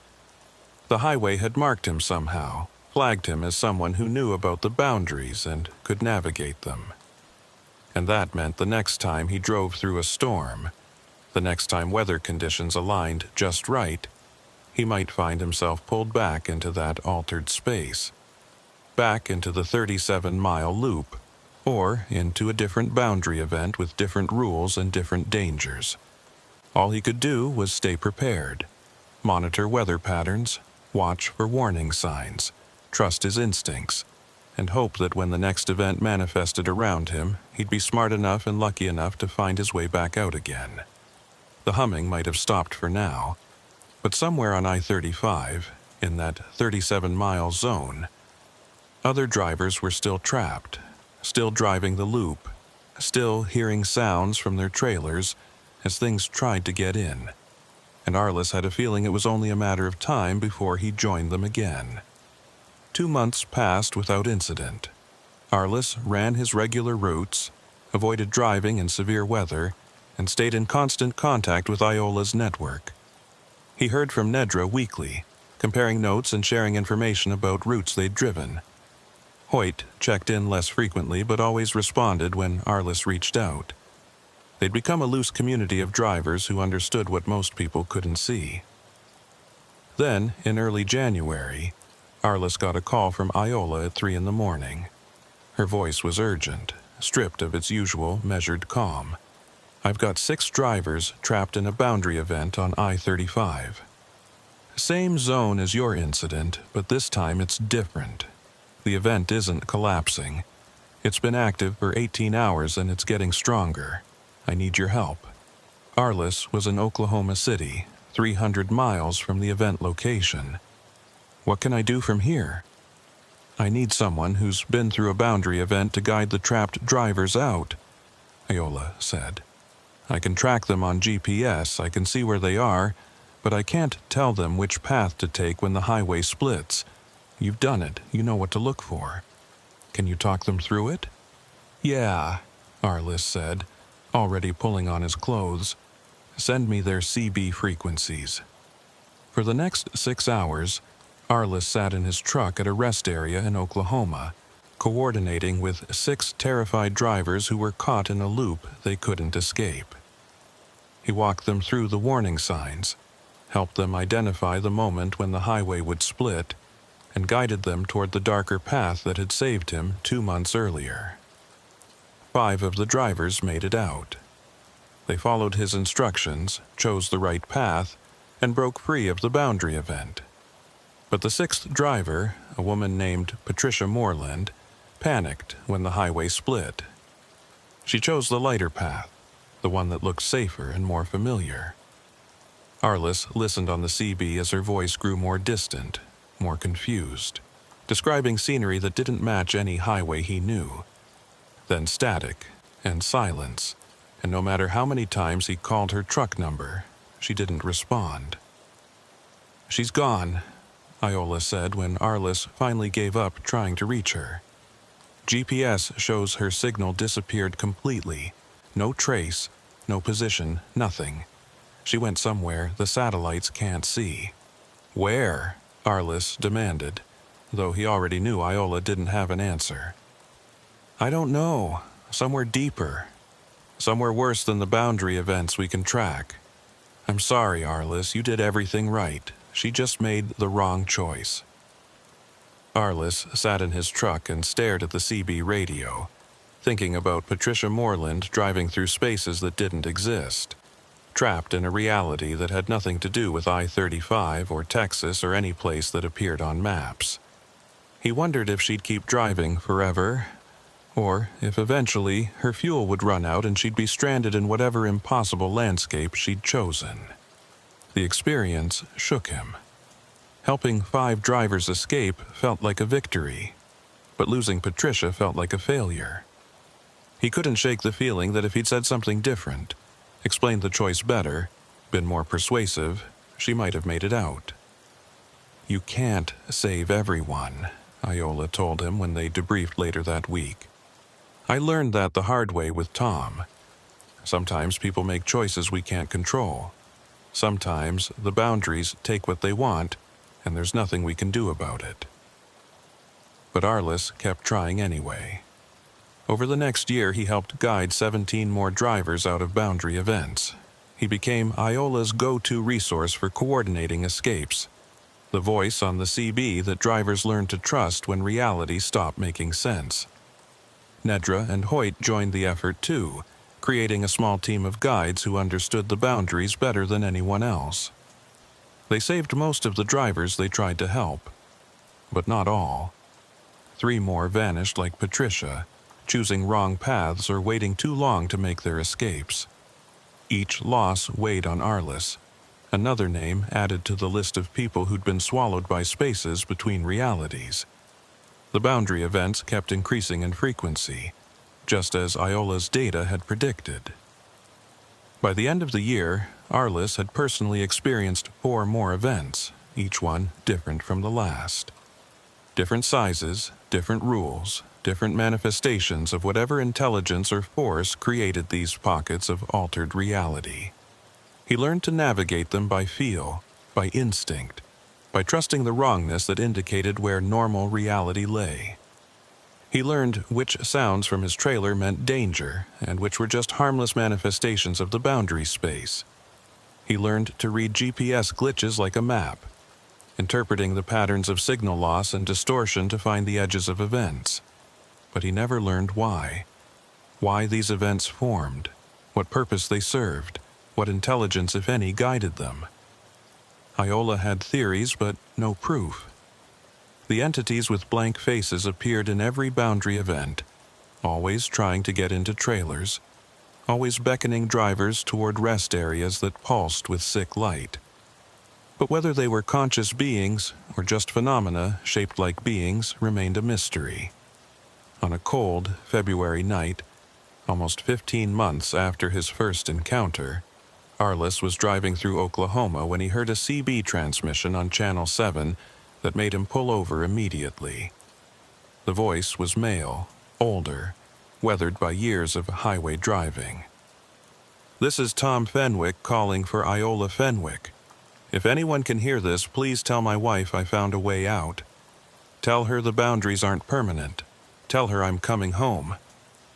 Arliss grabbed his handset with shaking hands. "Tom Fenwick, this is Arliss Beaumont. I know your wife. Where are you?" Static, then the voice came back fainter. "I don't know where I am. Somewhere in the spaces. Been driving for what feels like years. But I found a path, a route that leads back. Tell Iola I'm on my way. Tell her." The transmission cut off. Arliss tried to respond but got only static. He immediately called Iola, told her what he'd heard. The silence on the other end of the line lasted so long he thought the call had dropped. "That's impossible," Iola finally said, her voice thick with emotion. "Tom disappeared 8 years ago. Even if he was still alive somewhere in a boundary space, even if he found a way back, the time differentials, he'd be decades older. It can't be him. It was him," Arliss insisted. "The voice, the way he spoke, he knew your name. He said he was coming home. Time doesn't work the same in the boundary spaces," Iola said quietly. "Maybe for him it's only been months instead of years. Maybe the reverse. Maybe he's been trapped for decades from his perspective. I don't know. But Arliss, if there's even a chance, I'll watch for him," Arliss promised. "I'll put out the word to the network. If Tom Fenwick shows up anywhere, we'll know." But weeks passed with no further transmissions. No truck matching Tom's description appeared on any highway. No GPS signals that could be traced to his vehicle. Just that one transmission. That one moment of contact across whatever boundaries separated normal reality from the spaces where lost drivers roamed. Iola never stopped watching for him. She monitored every frequency, tracked every GPS anomaly, investigated every report of strange CB transmissions. But Tom Fenwick remained lost, somewhere in the spaces between, either unable to complete his journey home or trapped in a loop that made him think he was making progress when he wasn't. Arliss continued driving, continued guiding trapped drivers out of boundary events, continued documenting the phenomena for Iola's ever-growing database. He accepted that this was part of his life now, part of what it meant to be a professional driver in a world where reality had thin spots, and storms could open doors to impossible places. Some nights, when he was driving through dark highways under storm clouds, he'd hear those sounds from his trailer. The scratching, the tapping, the low hum that vibrated through steel and bone. And he'd remember that first night at the rest area, the figures with blank faces, the choice between light and dark roads. He never opened his trailer during those moments, never pulled over at rest areas that felt wrong, never chose the path that looked safer when highways split. He'd learned to trust the wrongness, to follow the instincts that kept him on the side of reality, where maps made sense and mile markers advanced in order. But he knew that somewhere out there, on highways that didn't appear on any GPS, other drivers were still trapped, still running their loops, still hearing sounds from their trailers as things tried to get in. Patricia Moreland, Tom Fenwick, and hundreds of others who'd made wrong choices or been caught by events they couldn't escape. And every time Arliss saved a driver from a boundary event, every time he guided someone back to normal reality, he thought about the ones who were still out there, still driving, still hoping to find their way home. The humming never really stopped. It just got quieter.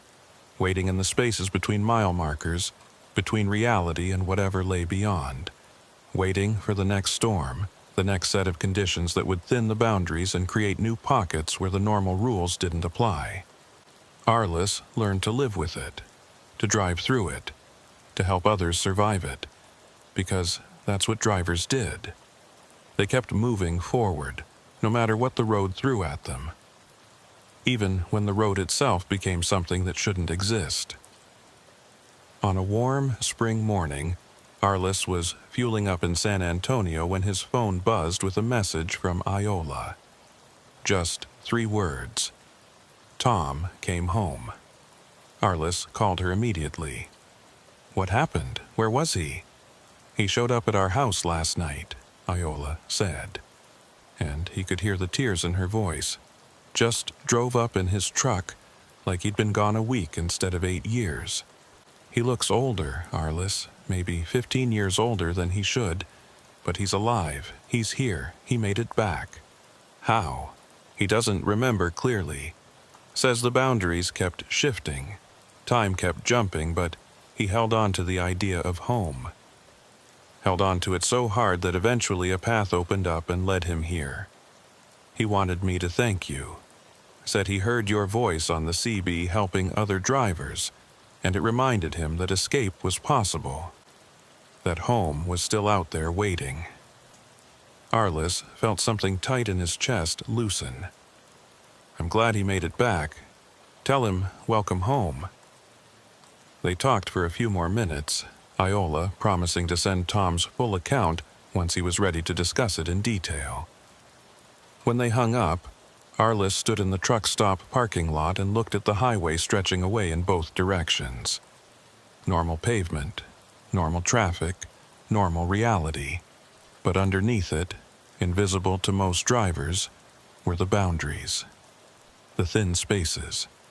The pockets where reality bent and broke and created roads that led to places they shouldn't.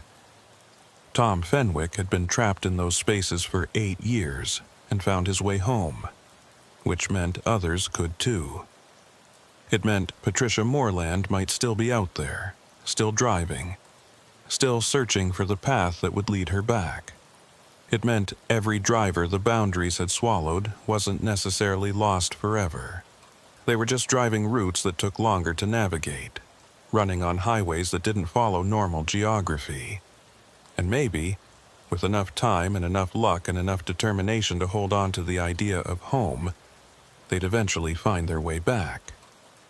Arliss climbed into his truck and pulled onto I-35, heading south toward his next delivery. The same highway where he'd first encountered the boundary events, where he'd learned that reality had layers and storms could open doorways to impossible places. But the day was clear, the weather stable, and his gauges all read normal. The trailer behind him was silent except for the usual sounds of cargo riding on good suspension. No scratching, no humming, no warnings of boundaries getting thin. Just the open highway stretching ahead, taking him where he needed to go.